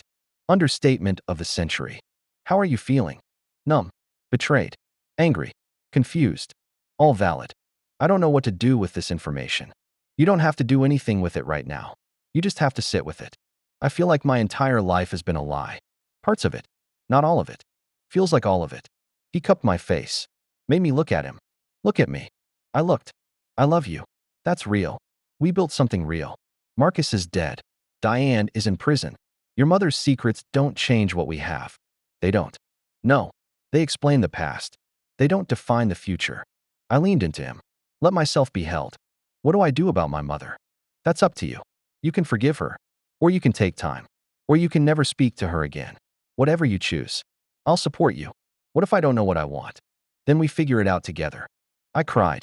He held me. And slowly, the world stopped spinning. The next morning, I woke up with a new determination. I couldn't control the past. I couldn't undo my mother's choices. I couldn't bring Marcus back and force him to answer for his crimes. But I could control the future. I called Margaret Webb. I want to know everything. Everything. About Marcus. About his network. About whoever is still feeding information to someone. Why should I help you? Because your son was a monster. And you want to make amends. Silence. Meet me at my house. 2 p.m. Come alone. Margaret's house was a Victorian mansion in Pacific Heights. Old money. Generational wealth. The kind of house that had seen decades of secrets. She led me to a study lined with bookshelves. A fire crackled in the fireplace. She poured 2 glasses of whiskey. I'm going to tell you things that will make you hate my son even more. I already hate him. Good. Then this won't change anything. She began. Marcus had been obsessed with revenge for 30 years. After my mother rejected him, he dedicated his life to becoming successful enough to prove her wrong. He built Webb Capital from nothing, made millions, married, divorced, never had children. When he discovered I was my mother's daughter, he saw an opportunity. He researched me for 2 years before making his move. He knew my weaknesses, my insecurities, my fears. He cultivated Diane as an asset. paid her, promised her power, used her to gather intelligence. He targeted Liam not just because he loved me, but because taking Liam would hurt me the most. He was methodical, Margaret said, patient. He spent years setting up this chessboard. And the leak? The one who's still active? I don't know who it is, but I know how to find out. How? Marcus kept a journal, detailed records of every operation, every contact, every payment. Where is it? In a safety deposit box. I have the key. Why haven't you opened it? Because I was afraid of what I'd find. And now? Now I'm more afraid of what will happen if I don't. She handed me a small brass key. The box is at Wells Fargo on Market Street. Account number 44729. Why are you giving this to me? Because you're the only one who can finish this. You're the only one who has the resources and the motivation to expose everyone involved. What about the police? Marcus covered his tracks well. Without the journal, there's no case. And with the journal? With the journal, you can burn his entire network to the ground. I took the key. Thank you. Don't thank me. Just finish what my son started. End it. I went to the bank that afternoon. The safety deposit box was exactly where Margaret said it would be. I opened it in a private room. Inside was a leather-bound journal. Thick, heavy, filled with Marcus's cramped handwriting. I sat down and started reading. The first entry was dated 15 years ago. Met with a contact today. Promising lead on the Hart family. The daughter is young, only 12, but she'll be useful someday. Patience. I felt sick. He'd been watching me since I was a child. I kept reading. Entry after entry detailed his surveillance, his manipulation, his long-term strategy. He documented every payment to Diane, every meeting, every piece of information she provided. He documented his pursuit of Liam, his drugging of Liam, his manipulation of Liam's guilt.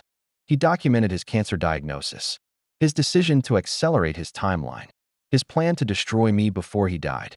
The final entry was dated the day before his death. Tomorrow. I end it. Not my life, not yet, but the first phase of my plan. The lawsuit against Liam. The media exposure. The destruction of everything Isabella loves.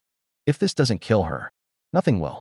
And if I die in the process, at least I'll die knowing I made her suffer. I closed the journal. My hands were shaking. This man had dedicated 15 years of his life to destroying me. 15 years. And I had never even known he existed until 2 years ago. I called Liam. Bring the car. I need you. Where are you? Wells Fargo on Market.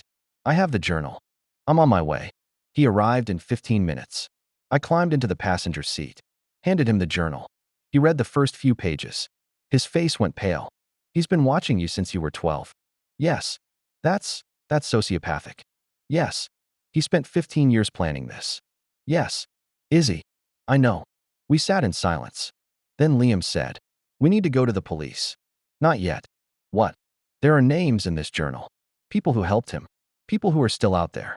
If we go to the police now, they'll have time to cover their tracks. So what do?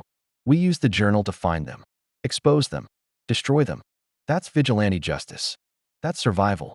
He looked at me, searched my eyes. You're sure? I've never been more sure of anything. He nodded. Then let's do this together.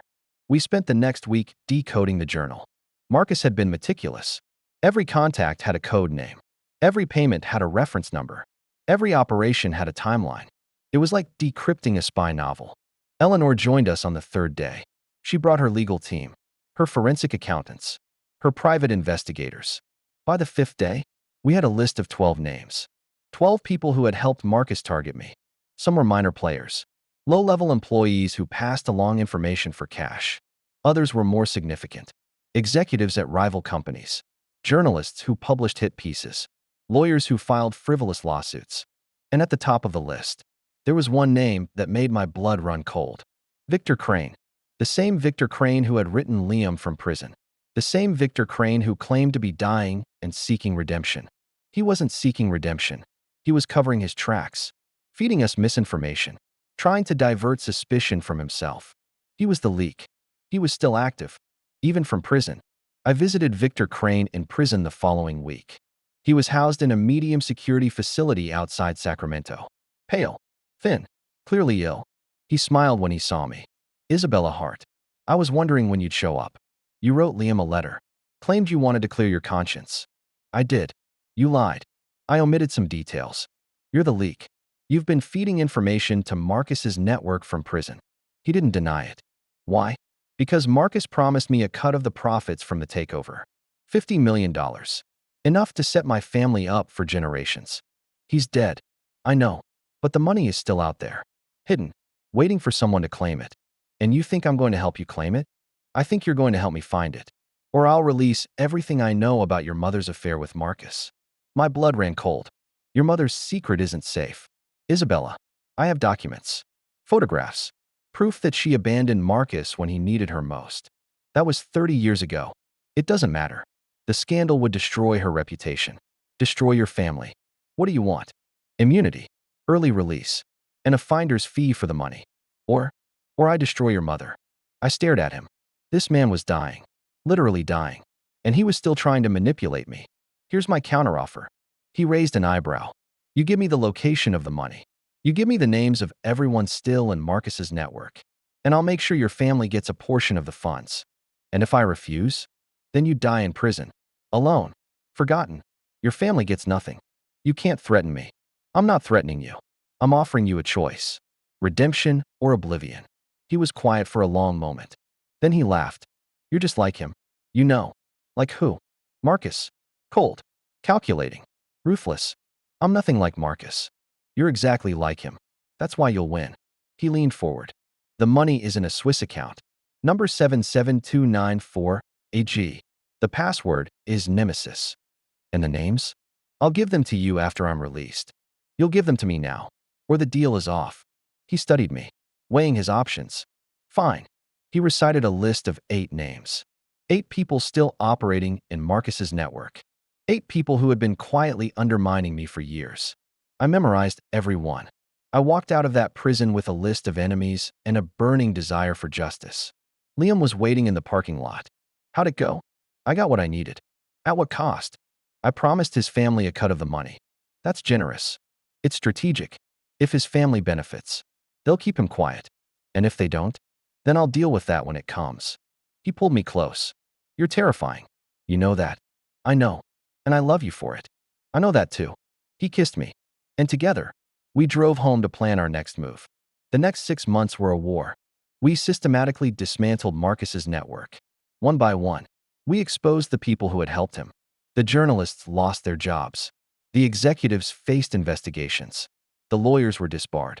Victor Crane died in prison 3 months after our meeting. Liver failure, just like he'd predicted. I kept my promise. His family received a portion of the Swiss account funds. Enough to pay off debts. Start over. Diane remained in prison. She had 5 more years on her sentence. I visited her once. Why did you do it? She didn't look at me. Because I was jealous. Of what?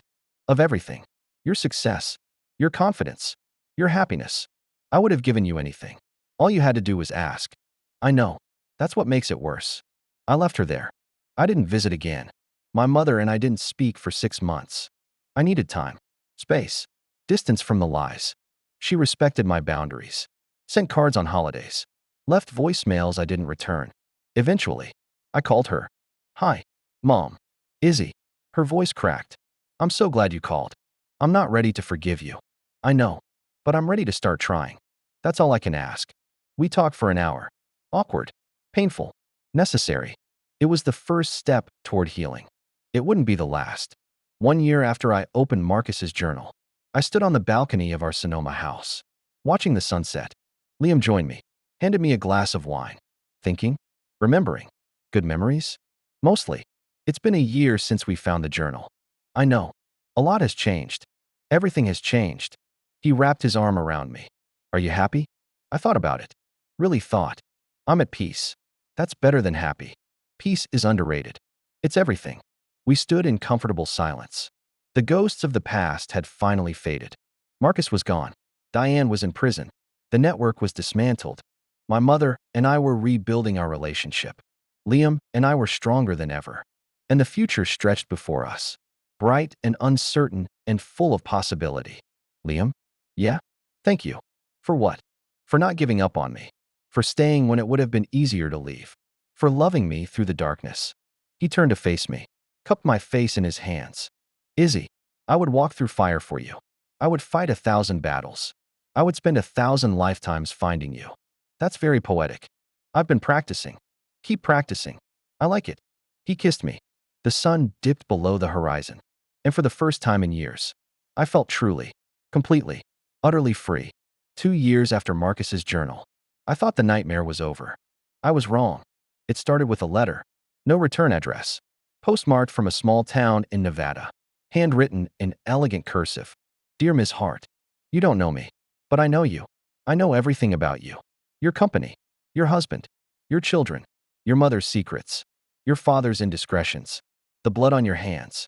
You think you've won. You think the past is buried. But the past has a way of resurfacing when you least expect it. I have information that will destroy your family. Unless you meet with me.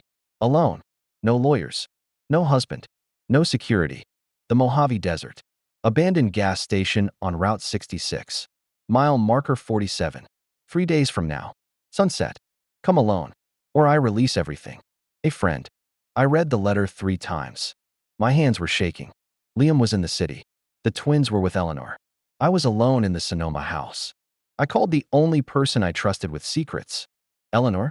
Izzy? You sound shaken. I received a letter. A threat. Read it to me. I read it aloud. She was silent for a long moment. It's a trap. I know. Then why are you calling me instead of ignoring it?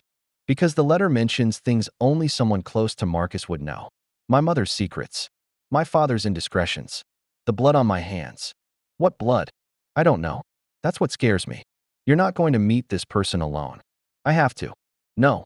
Isabella. You don't. Eleanor. If you go alone, you're playing their game. If you bring backup, you control the board. They said no lawyers. No husband. No security. They said no one you'd obviously bring. They didn't say no one at all. What are you suggesting? I'm coming with you. Eleanor. I'm not your lawyer. I'm not your husband. I'm not security. I'm your mother-in-law. And I'll be damned if I let you walk into a trap alone. I wanted to argue, but she was right. Fine. But we do this my way. Your way? We bring a tracker. A backup plan. And if anything goes wrong, Liam burns the desert to the ground. Now you're thinking like a Brooks. The drive to the Mojave took 6 hours. Eleanor drove. I navigated. We barely spoke. The landscape changed as we left civilization behind. Green hills turned to brown scrubland. Brown scrubland turned to sand. The sky turned orange. Then red. Then purple. We found the gas station at mile marker 47. It was exactly what the letter promised. Abandoned. Decaying. A relic of a forgotten highway. No cars. No people. Just dust and silence. Pull around back. I said. Eleanor parked behind the building. Out of sight from the road. I checked my phone. No signal. Tracker's active? Active and transmitting. Liam will see our location in real time. Good. We waited. The sun dipped lower. Shadows lengthened. At exactly sunset, a car appeared on the horizon. A black sedan. No plates. Tinted windows. It pulled up to the gas station. Stopped. The driver's door opened. A woman stepped out. She was tall, lean, dressed in black. Dark hair pulled back in a severe ponytail. Sunglasses despite the fading light. She walked toward the gas station entrance. Stopped at the door. Waited. That's your cue. Eleanor said. Keep the engine running. Always. I got out of the car. Walked toward the gas station. The woman watched me approach. When I was 10 feet away, she removed her sunglasses. I froze. I knew that face. Hello. Isabella. Sarah? Sarah Chun. My college roommate. My best friend for 4 years. The woman who had disappeared from my life a decade ago, without explanation. You look good, she said. Marriage agrees with you. What are you doing here? What is this about? Can we talk inside? It's hot as hell out here. I hesitated. I'm not armed. Izzy, I'm not here to hurt you. I'm here to warn you. Warn me about what? Inside. Please. I nodded. Followed her into the abandoned gas station. The interior was dark, dusty, the smell of gasoline and decay. Sarah sat on an overturned crate. I leaned against the counter. You've been dead to me for 10 years. I said, and now you show up with threats? Those weren't threats. They were attention getters. Mission accomplished. Talk. She took a deep breath. I've been working for Marcus Webb for 8 years. The world tilted. What? After college, I went to work for Webb Capital. I didn't know who you were at first. By the time I found out, I was in too deep. You worked for Marcus? I was his head of security. I ran his surveillance operations. I was the one who gathered intelligence on you. You spied on me. For 8 years. Yes. I wanted to scream. To hit her. To walk out and never look back. But I needed answers. Why are you telling me this now? Because Marcus is dead. And someone else has taken over his operation. Who? I don't know. But they're more dangerous than Marcus ever was. How? Marcus wanted to destroy you. This person wants to own you. Own me? They want to control you. Your company. Your family. Your legacy. They want to pull your strings like a puppet. Why? I don't know. But I've seen fragments of their plan. It's bigger than Marcus ever imagined. And you came to warn me? I came to ask for your help. After 8 years of spying on me. Yes. Why should I trust you? Because I have information you need. And because I'm the only one who can help you stop them. I stared at her. This woman had been my friend. My confidant. My sister in everything but blood. And she had been working for my enemy for 8 years. Give me one reason not to walk out that door and call the police. Because they have someone inside your inner circle. Someone you trust completely. Who? I don't know. But they're close. Closer than Diane ever was. Proof. She reached into her pocket. Pulled out a USB drive. This contains files from Marcus's private server. Communications. Payments. Plans. It'll show you how deep the conspiracy goes. Why didn't you destroy it? Because I knew I'd need leverage someday. And today is that day. Today is that day. I took the drive. If this is a trap, it's not. Then why should I believe you? Because I'm the only one who can identify the mole. You don't even know who it is. No, but I know how to find out. How? By using me as bait. We drove back to San Francisco in silence. Eleanor didn't ask questions. She just drove. I stared at the USB drive in my hand. 8 years of betrayal. 8 years of lies. And now Sarah wanted to help me. Could I trust her? Could I afford not to? I didn't tell Liam about Sarah. Not because I didn't trust him, but because I needed to verify her claims before I dragged him into another war. I spent 3 days analyzing the USB drive. The files were extensive. Financial records, communication logs, surveillance reports. They confirmed everything Sarah had said. Marcus had been running a sophisticated intelligence operation, and someone had taken over after his death. But who?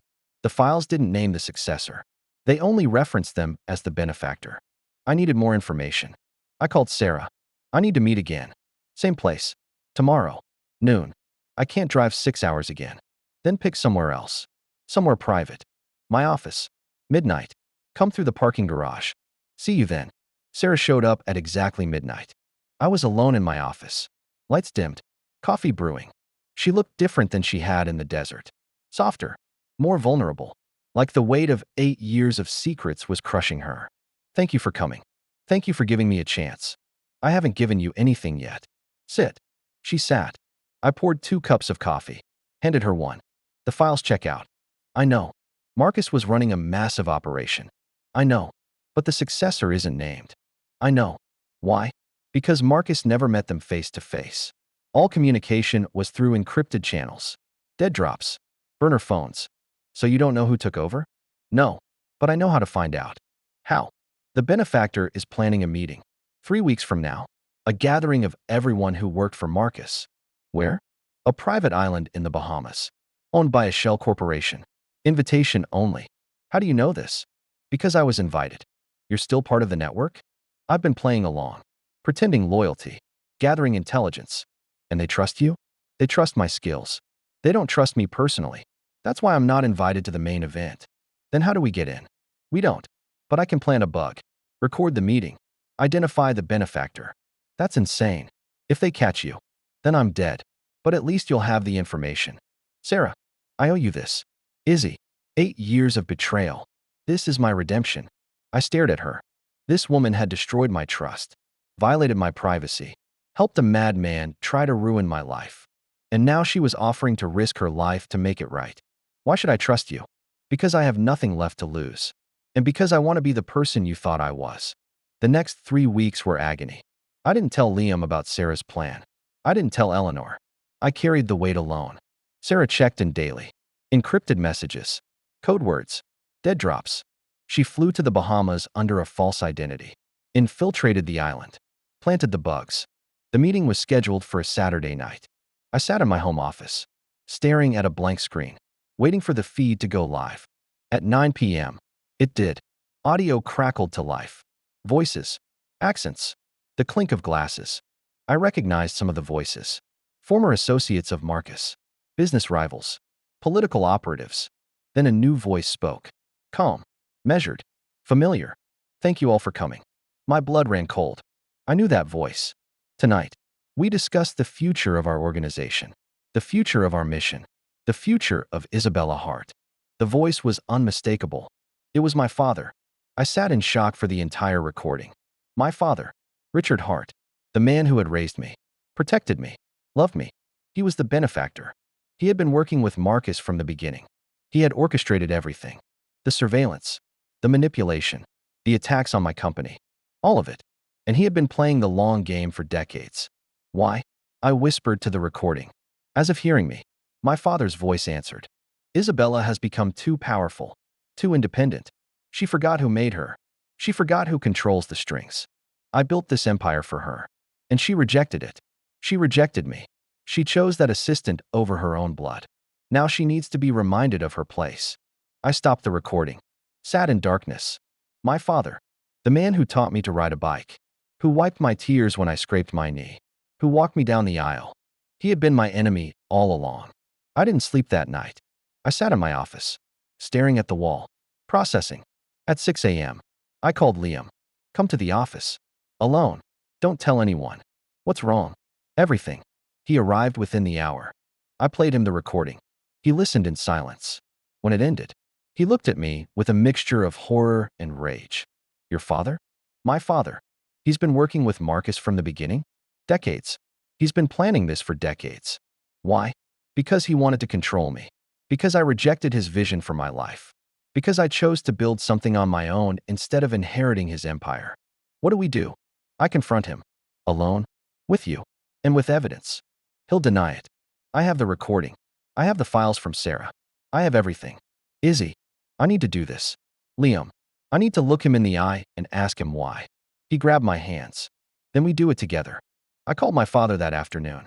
Dad, I need to see you. Tonight. Of course. Sweetheart, everything okay? No, but it will be after we talk. Should I be worried? Yes. Silence. I'll be at the house at 8 p.m. See you then. I hung up. My hands were shaking. Liam wrapped his arms around me. Whatever happens, I'm here. I know. We'll get through this. I know. I love you. I love you too. We held each other, preparing for the battle ahead. My father's house was a mansion in Hillsborough.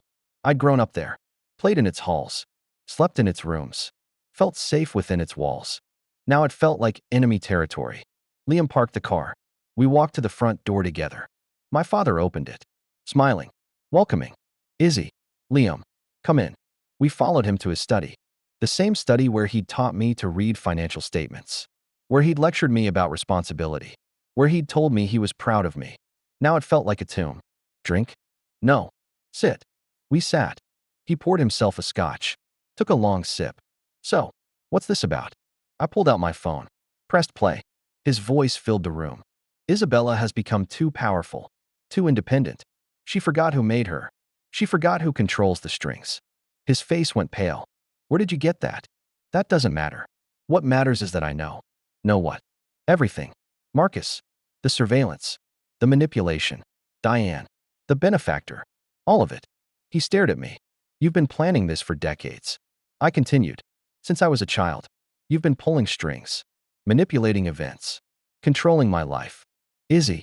Don't lie to me. Not anymore. He was quiet for a long moment. Then he sighed. I did what I had to do. You destroyed my life. I protected you. Protected me? You had me surveilled. Manipulated. Attacked. You almost cost me my company. My marriage. My sanity. Because you were making mistakes. You were choosing the wrong people. You were throwing away everything I built for you. I was building my own life. Without me. Yes. Without you. He stood up. His face was red. I gave you everything. Isabella. Everything. And you threw it back in my face. You chose that assistant over your own father. Liam is my husband. He's a gold digger. He's worth 10 of you. The words hung in the air. He looked at me with something I'd never seen before. Hatred. Pure, undiluted hatred. You're nothing without me. He said. You forget that I made you. I funded your first startup. I opened doors. I greased wheels. You owe me everything. I owe you nothing. Then you're a fool. Maybe. But at least I'm not a monster. I stood up. We're done. You're out of my life. Permanently. You can't cut me out. Watch me. I walked toward the door. Izzy. I stopped. Didn't turn. If you walk out that door, I will destroy you. I turned. Looked him in the eye. You've been trying to destroy me for years. And I'm still standing. Imagine what I can do now that I know who my enemy is. I walked out. Liam followed. We didn't look back. The next week was a war. My father launched a full-scale attack.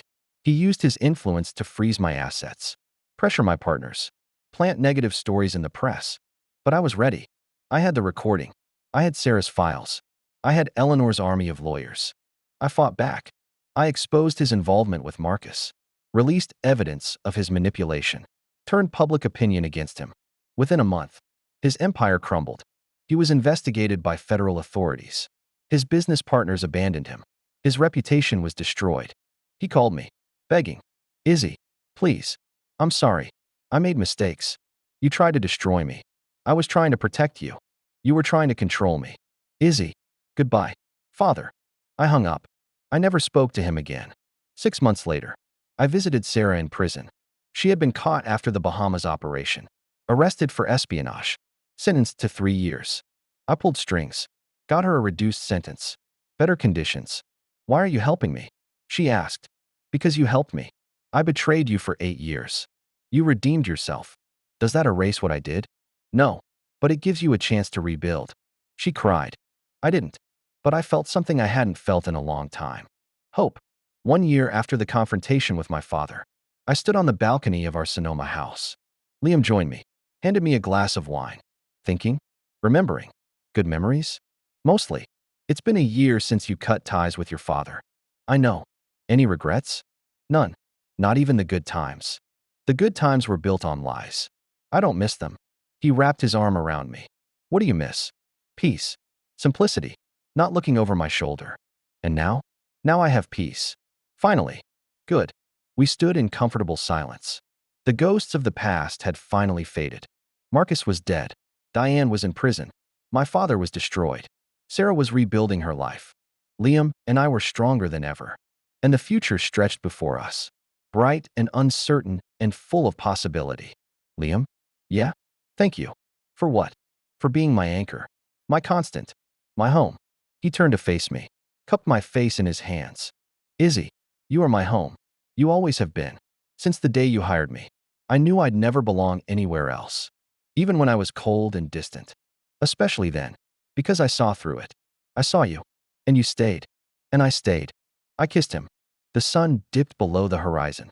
And for the first time in years, I felt truly, completely, utterly free. The morning after I cut ties with my father, I woke up feeling empty. Not sad, not angry, just hollow, like someone had scooped out the part of me that believed in family and left nothing behind.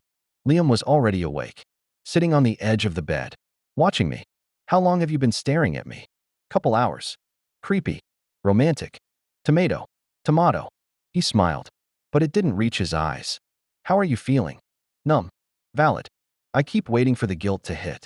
The regret. The urge to call him and apologize. And nothing. Just emptiness. That's called closure. Is it? Yeah. You finally saw him for who he really was. And you chose yourself. I chose us. Same thing. I sat up, leaned into him. What happens now? Now we live. We build. We move forward. Without looking back? Without looking back. But the universe had other plans. 3 days later, I received a certified letter from my father's lawyer. Dear Ms. Hart, this letter serves as formal notification that Richard Hart has been admitted to Cedars-Sinai Medical Center in Los Angeles following a massive stroke. His condition is critical. He has requested your presence. Please contact this office at your earliest convenience. I read the letter 3 times. My first emotion was relief. My second was guilt for feeling relief. My third was confusion. He has requested your presence. After everything. After the betrayal. The manipulation. The war. He wanted to see me. Why? I asked Liam. Maybe he wants to apologize. Maybe he wants to manipulate me one last time. Maybe both. Should I go? That's your choice. What would you do? He was quiet for a moment. I'd go. Not for him. For me. So I never have to wonder what I would have said if I'd had one more chance. I nodded. Booked the flights. Cedars-Sinai was cold and sterile. The kind of place where people went to die.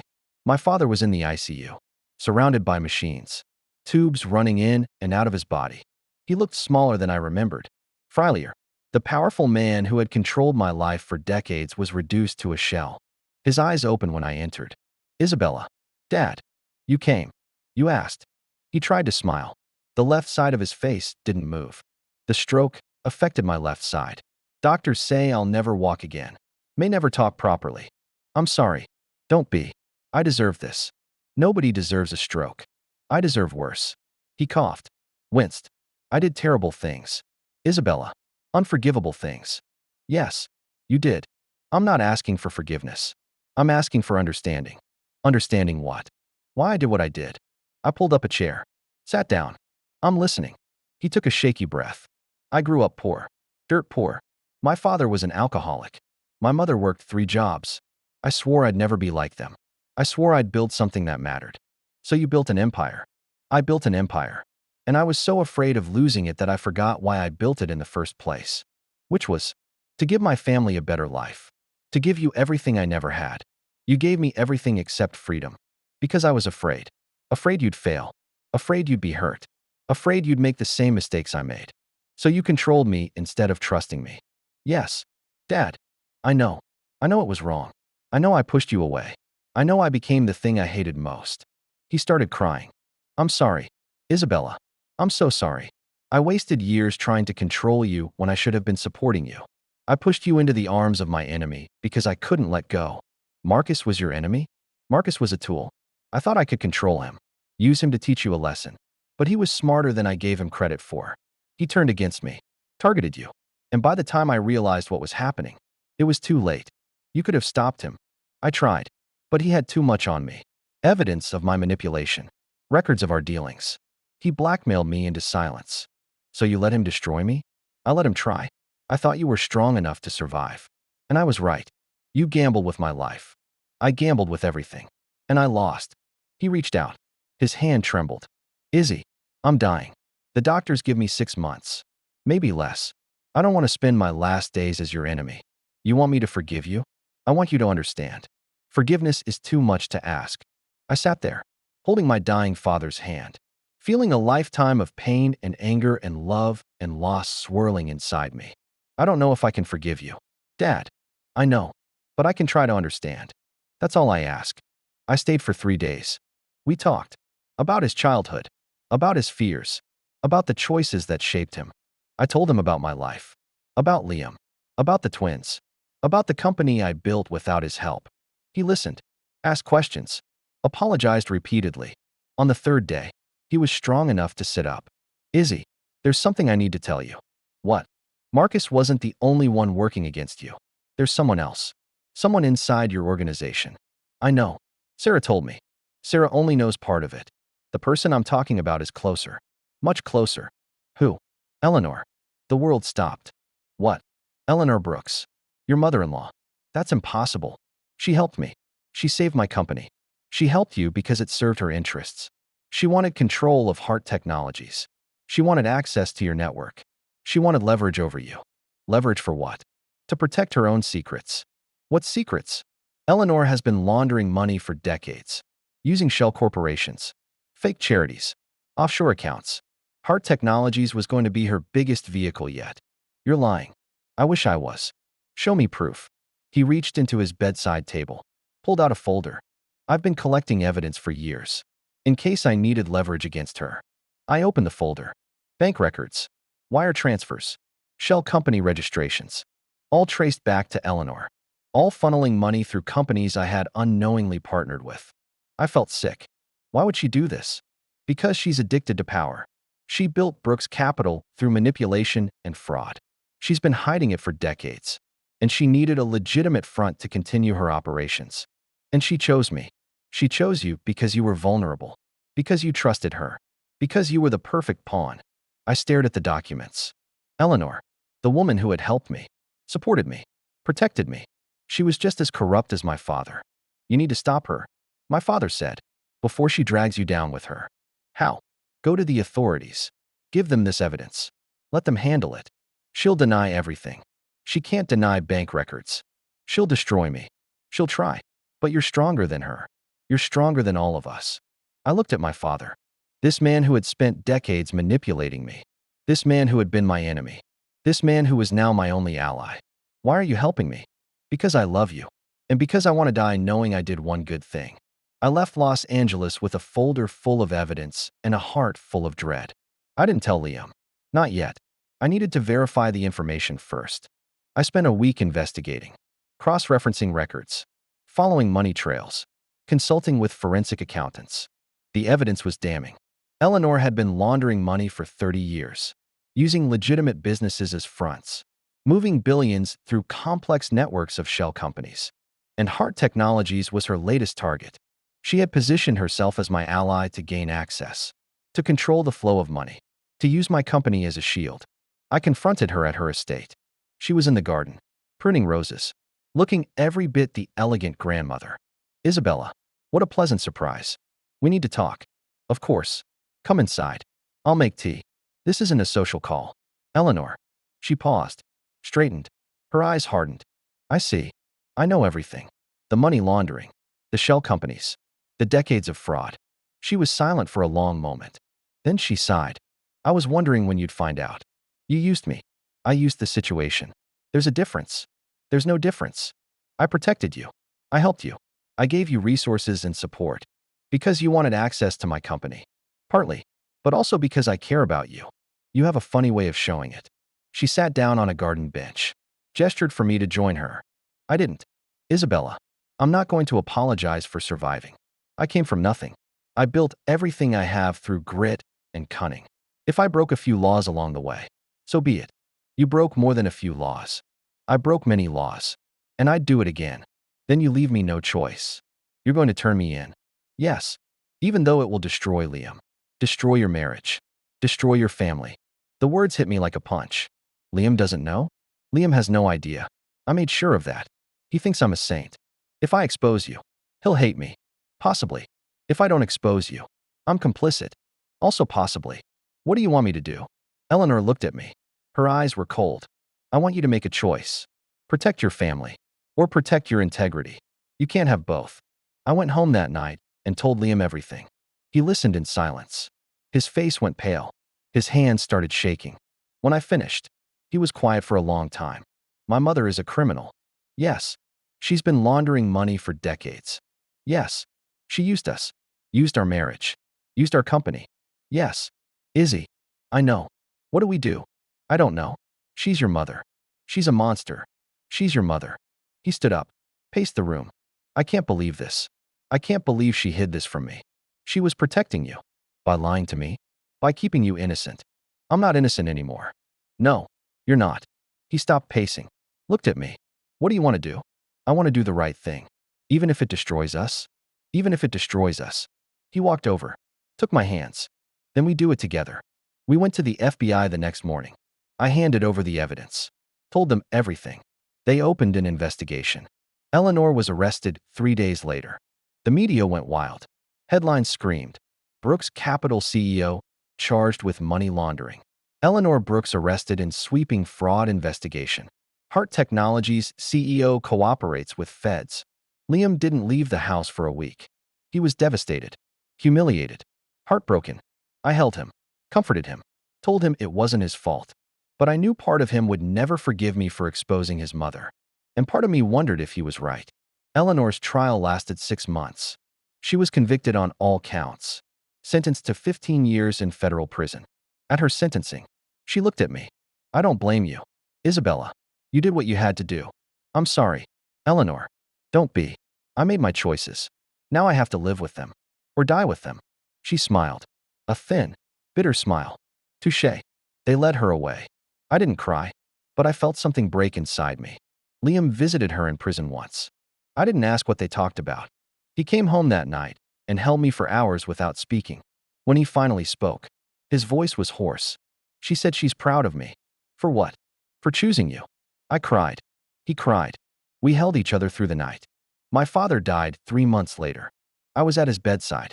holding his hand. Izzy, I'm here. Dad, I'm sorry. I know. I love you. I love you too. Forgive me? I'm trying. That's all I can ask. He closed his eyes. And he was gone. I didn't cry at his funeral either. I was numb. Too much loss. Too much betrayal. Too much pain. But underneath the numbness, something was growing. Resilience. Strength. The knowledge that I had survived the worst and was still standing. 6 months after Eleanor's conviction, Liam and I sat on our porch in Sonoma. The twins were asleep inside. The dogs were curled at our feet. The sunset painted the sky in shades of orange and pink. Are we okay? I asked. He took my hand. We're getting there. Still love me? More than ever. Even after everything. Especially after everything. I leaned into him. What happens now? Now we live. We heal. We rebuild. Together? Together. He kissed me. The sun dipped below the horizon. And for the first time in years, I believed that everything was going to be okay. 1 year after Eleanor's conviction, I received a letter from prison. Eleanor's handwriting. Elegant. Steady. Dear Isabella, I'm writing to thank you. I know that sounds strange. You're the reason I'm in prison. You're the reason I lost everything. But you're also the reason I found myself. I spent 30 years running, hiding, building walls around my heart. I thought money and power would protect me. I thought control was the same as love. I was wrong. Prison stripped away everything. My wealth, my status, my illusions. I'm left with nothing but myself. And for the first time in my life, I like who I am. I'm not asking for forgiveness. I don't deserve it. But I want you to know that I'm grateful. Grateful that you had the courage to stop me. Grateful that you loved my son enough to tell the truth. Take care of Liam. Take care of the girls. Build the life I never could. With gratitude. Eleanor. I read the letter 3 times. Then I folded it carefully and placed it in a drawer. Next to Marcus's suicide note. Next to my father's final confession. A collection of endings that had become a new beginning. Liam found me staring at the drawer that night. What's in there? Ghosts. Maybe it's time to let them go. Maybe. He took my hand. Come to bed. In a minute. He nodded. Left me alone. I looked at the drawer one more time. Then I closed it. Walked away. And didn't look back. The next morning, I woke up feeling different. Lighter. Freer. Like a weight I'd been carrying for years had finally been lifted. I made breakfast. Woke the twins. Got them dressed for school. Liam watched me from the doorway. You're glowing. I'm happy. That's new. It's been a while. He wrapped his arms around me. Welcome back. Good to be back. That afternoon, I received a call from an unknown number. Miss Hart? Yes. This is Agent Morrison from the FBI. I'm calling with an update on the Eleanor Brooks case. Yes? We've completed our investigation. Thanks to your cooperation. We've dismantled the entire money laundering network. Over 40 arrests. Billions in assets seized. That's good. It's more than good. It's unprecedented. You helped take down one of the largest criminal enterprises in modern history. I was just trying to protect my family. You did more than that. You protected countless victims. You helped restore faith in the system. I didn't know what to say. I'm calling to offer you something. What? The Bureau would like to honor you. A private ceremony. Recognition for your cooperation. I don't need recognition. I know. But you deserve it. I thought about it. Can I bring my family? Of course. Then we'll be there. The ceremony was held at the FBI field office in San Francisco. Small. Private. Tasteful. Liam stood beside me. The twins were with a babysitter. Agent Morrison presented me with a plaque for exceptional courage and cooperation in the pursuit of justice. I accepted it, shook hands, smiled for photos. But the moment that meant the most came afterward. An older agent approached me. Gray hair, kind eyes. Ms. Hart. I worked the Eleanor Brooks case for 7 years. 7 years of dead ends and frustration. You gave us the break we needed. I'm glad I could help. You did more than help. You finished what we couldn't. He extended his hand. Thank you. I shook it. You're welcome. That night, Liam and I sat on the porch. The plaque was on the table beside us. What are you thinking? He asked. I'm thinking about how strange life is. How so? 5 years ago, I was a CEO hiding in my office, afraid to love you.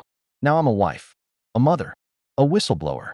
I've lost my father, my mother-in-law, and my best friend. But I've gained something too. What? Myself. He smiled. That's worth everything. It is. He took my hand. What's next? I don't know. And for the first time, I'm okay with that. Good.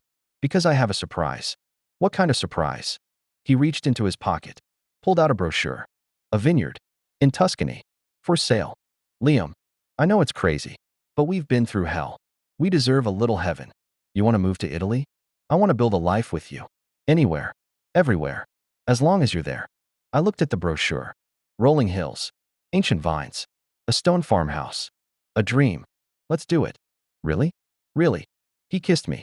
And in that moment, I knew that everything I'd been through had led me here. To this man. This life. This moment. Perfect. Imperfect. Ours. The move to Tuscany took 6 months. We sold the Sonoma house. Liquidated our assets. Said goodbye to friends and family. The twins were excited. They didn't understand the magnitude of the change. They just knew there would be grape juice and sunshine. Liam threw himself into the renovation. Learning Italian. Studying viticulture. Becoming a farmer. I watched him transform. The stress melted away. The shadows faded. He became lighter. Happier. This is good for him. I told Eleanor during our weekly phone call. She sounds happy. She is. We both are. I'm glad.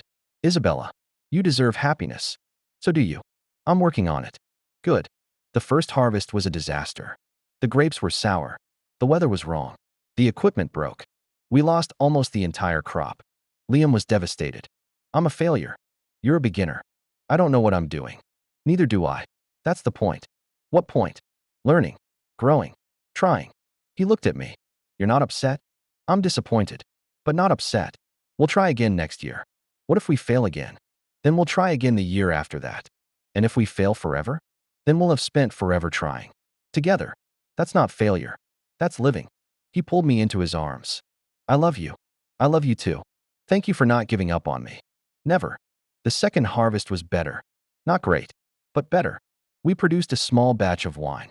Nothing special, but it was ours. We shared it with neighbors, friends who had become family. They praised it, criticized it, offered advice. We listened, learned, improved.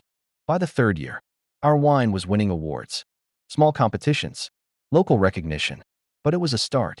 It's happening, Liam said, holding a medal. It's happening. We're really doing this. We're really doing this. He grinned. Izzy Hart. Vintner. Izzy Hart Brooks. Vintner. Right. Sorry.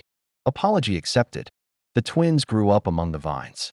They learned to stomp grapes, to taste wine, to appreciate the slow rhythm of the seasons. They became fluent in Italian, made friends at the local school, became part of the community. At night, we sat on the terrace and watched the stars. Mommy, why did we move here? Charlotte asked one evening. Because we wanted a new adventure. Were we unhappy before? No, but we were tired. We needed a change. Are you happy now? I looked at Liam, at our daughters, at the life we had built from ashes. Yes, baby, I'm very happy. Good. She snuggled into my lap. And I knew, with absolute certainty, that everything I had been through had led me here. To this moment. This family. This life. Perfect. Imperfect. Ours. 10 years after we moved to Tuscany, Eleanor was released from prison. She was 73 years old. Gray-haired. Slower. But alive. Liam flew to America to pick her up. I stayed behind with the twins. Nervous. Uncertain. Would she resent me? Blame me? Hate me? When they arrived at the farmhouse, Eleanor stepped out of the car. She looked older. Frilier. But her eyes were the same. Sharp. Assessing. Alive. She walked toward me. Stopped a few feet away. Isabella. Eleanor. Thank you for letting me come. This is your home too. I don't deserve that. Maybe not. But you're family. And family is family. She started crying. I opened my arms. She fell into them. We stood there, holding each other. Two women who had been through war and emerged on the other side. I'm sorry. She whispered. I know. Can you forgive me? I already have. She cried harder. I held her tighter. And in that moment, the last wound healed. Eleanor lived with us for 5 years. She taught the twins to cook, told them stories about their father as a child, became the grandmother they deserved. She died peacefully in her sleep, surrounded by family. At her funeral, Liam spoke. She wasn't perfect. She made terrible choices. But she was my mother. And I loved her. I held his hand. She loved you too. More than you know. I know now. We buried her in the vineyard, under the oldest vine, where she could watch the grapes grow for eternity. 20 years after I walked into Liam's office with a resignation letter. We sat on our terrace in Tuscany. Our daughters were grown. Charlotte was a lawyer in Milan. Eleanor was a chef in Paris. The vineyard was thriving, award-winning, respected, and we were old. Not old, but old enough to know we had lived a full life. Remember that day? Liam asked. Which day? The day you quit. The day I tore up your letter. I remember. I was so scared. You hid it well. I was terrified I'd lost you. You almost did. But you came back. You chased me. I'd chase you to the ends of the earth. I know. He took my hand. Any regrets? None. Not even the hard parts? Especially not the hard parts. They made us who we are. And who are we? I looked at him. This man who had been my assistant. My partner. My husband. My home. We're survivors. Good word. It's the only word that matters. He kissed my hand. I love you. Izzy Hart. I love you too. Liam Hart Brooks. Still getting the name wrong. Still getting it wrong. He laughed. I laughed. The sun set over the vineyard. And we sat there. Together. As we had for decades. Two people who had fought through hell and found heaven on the other side.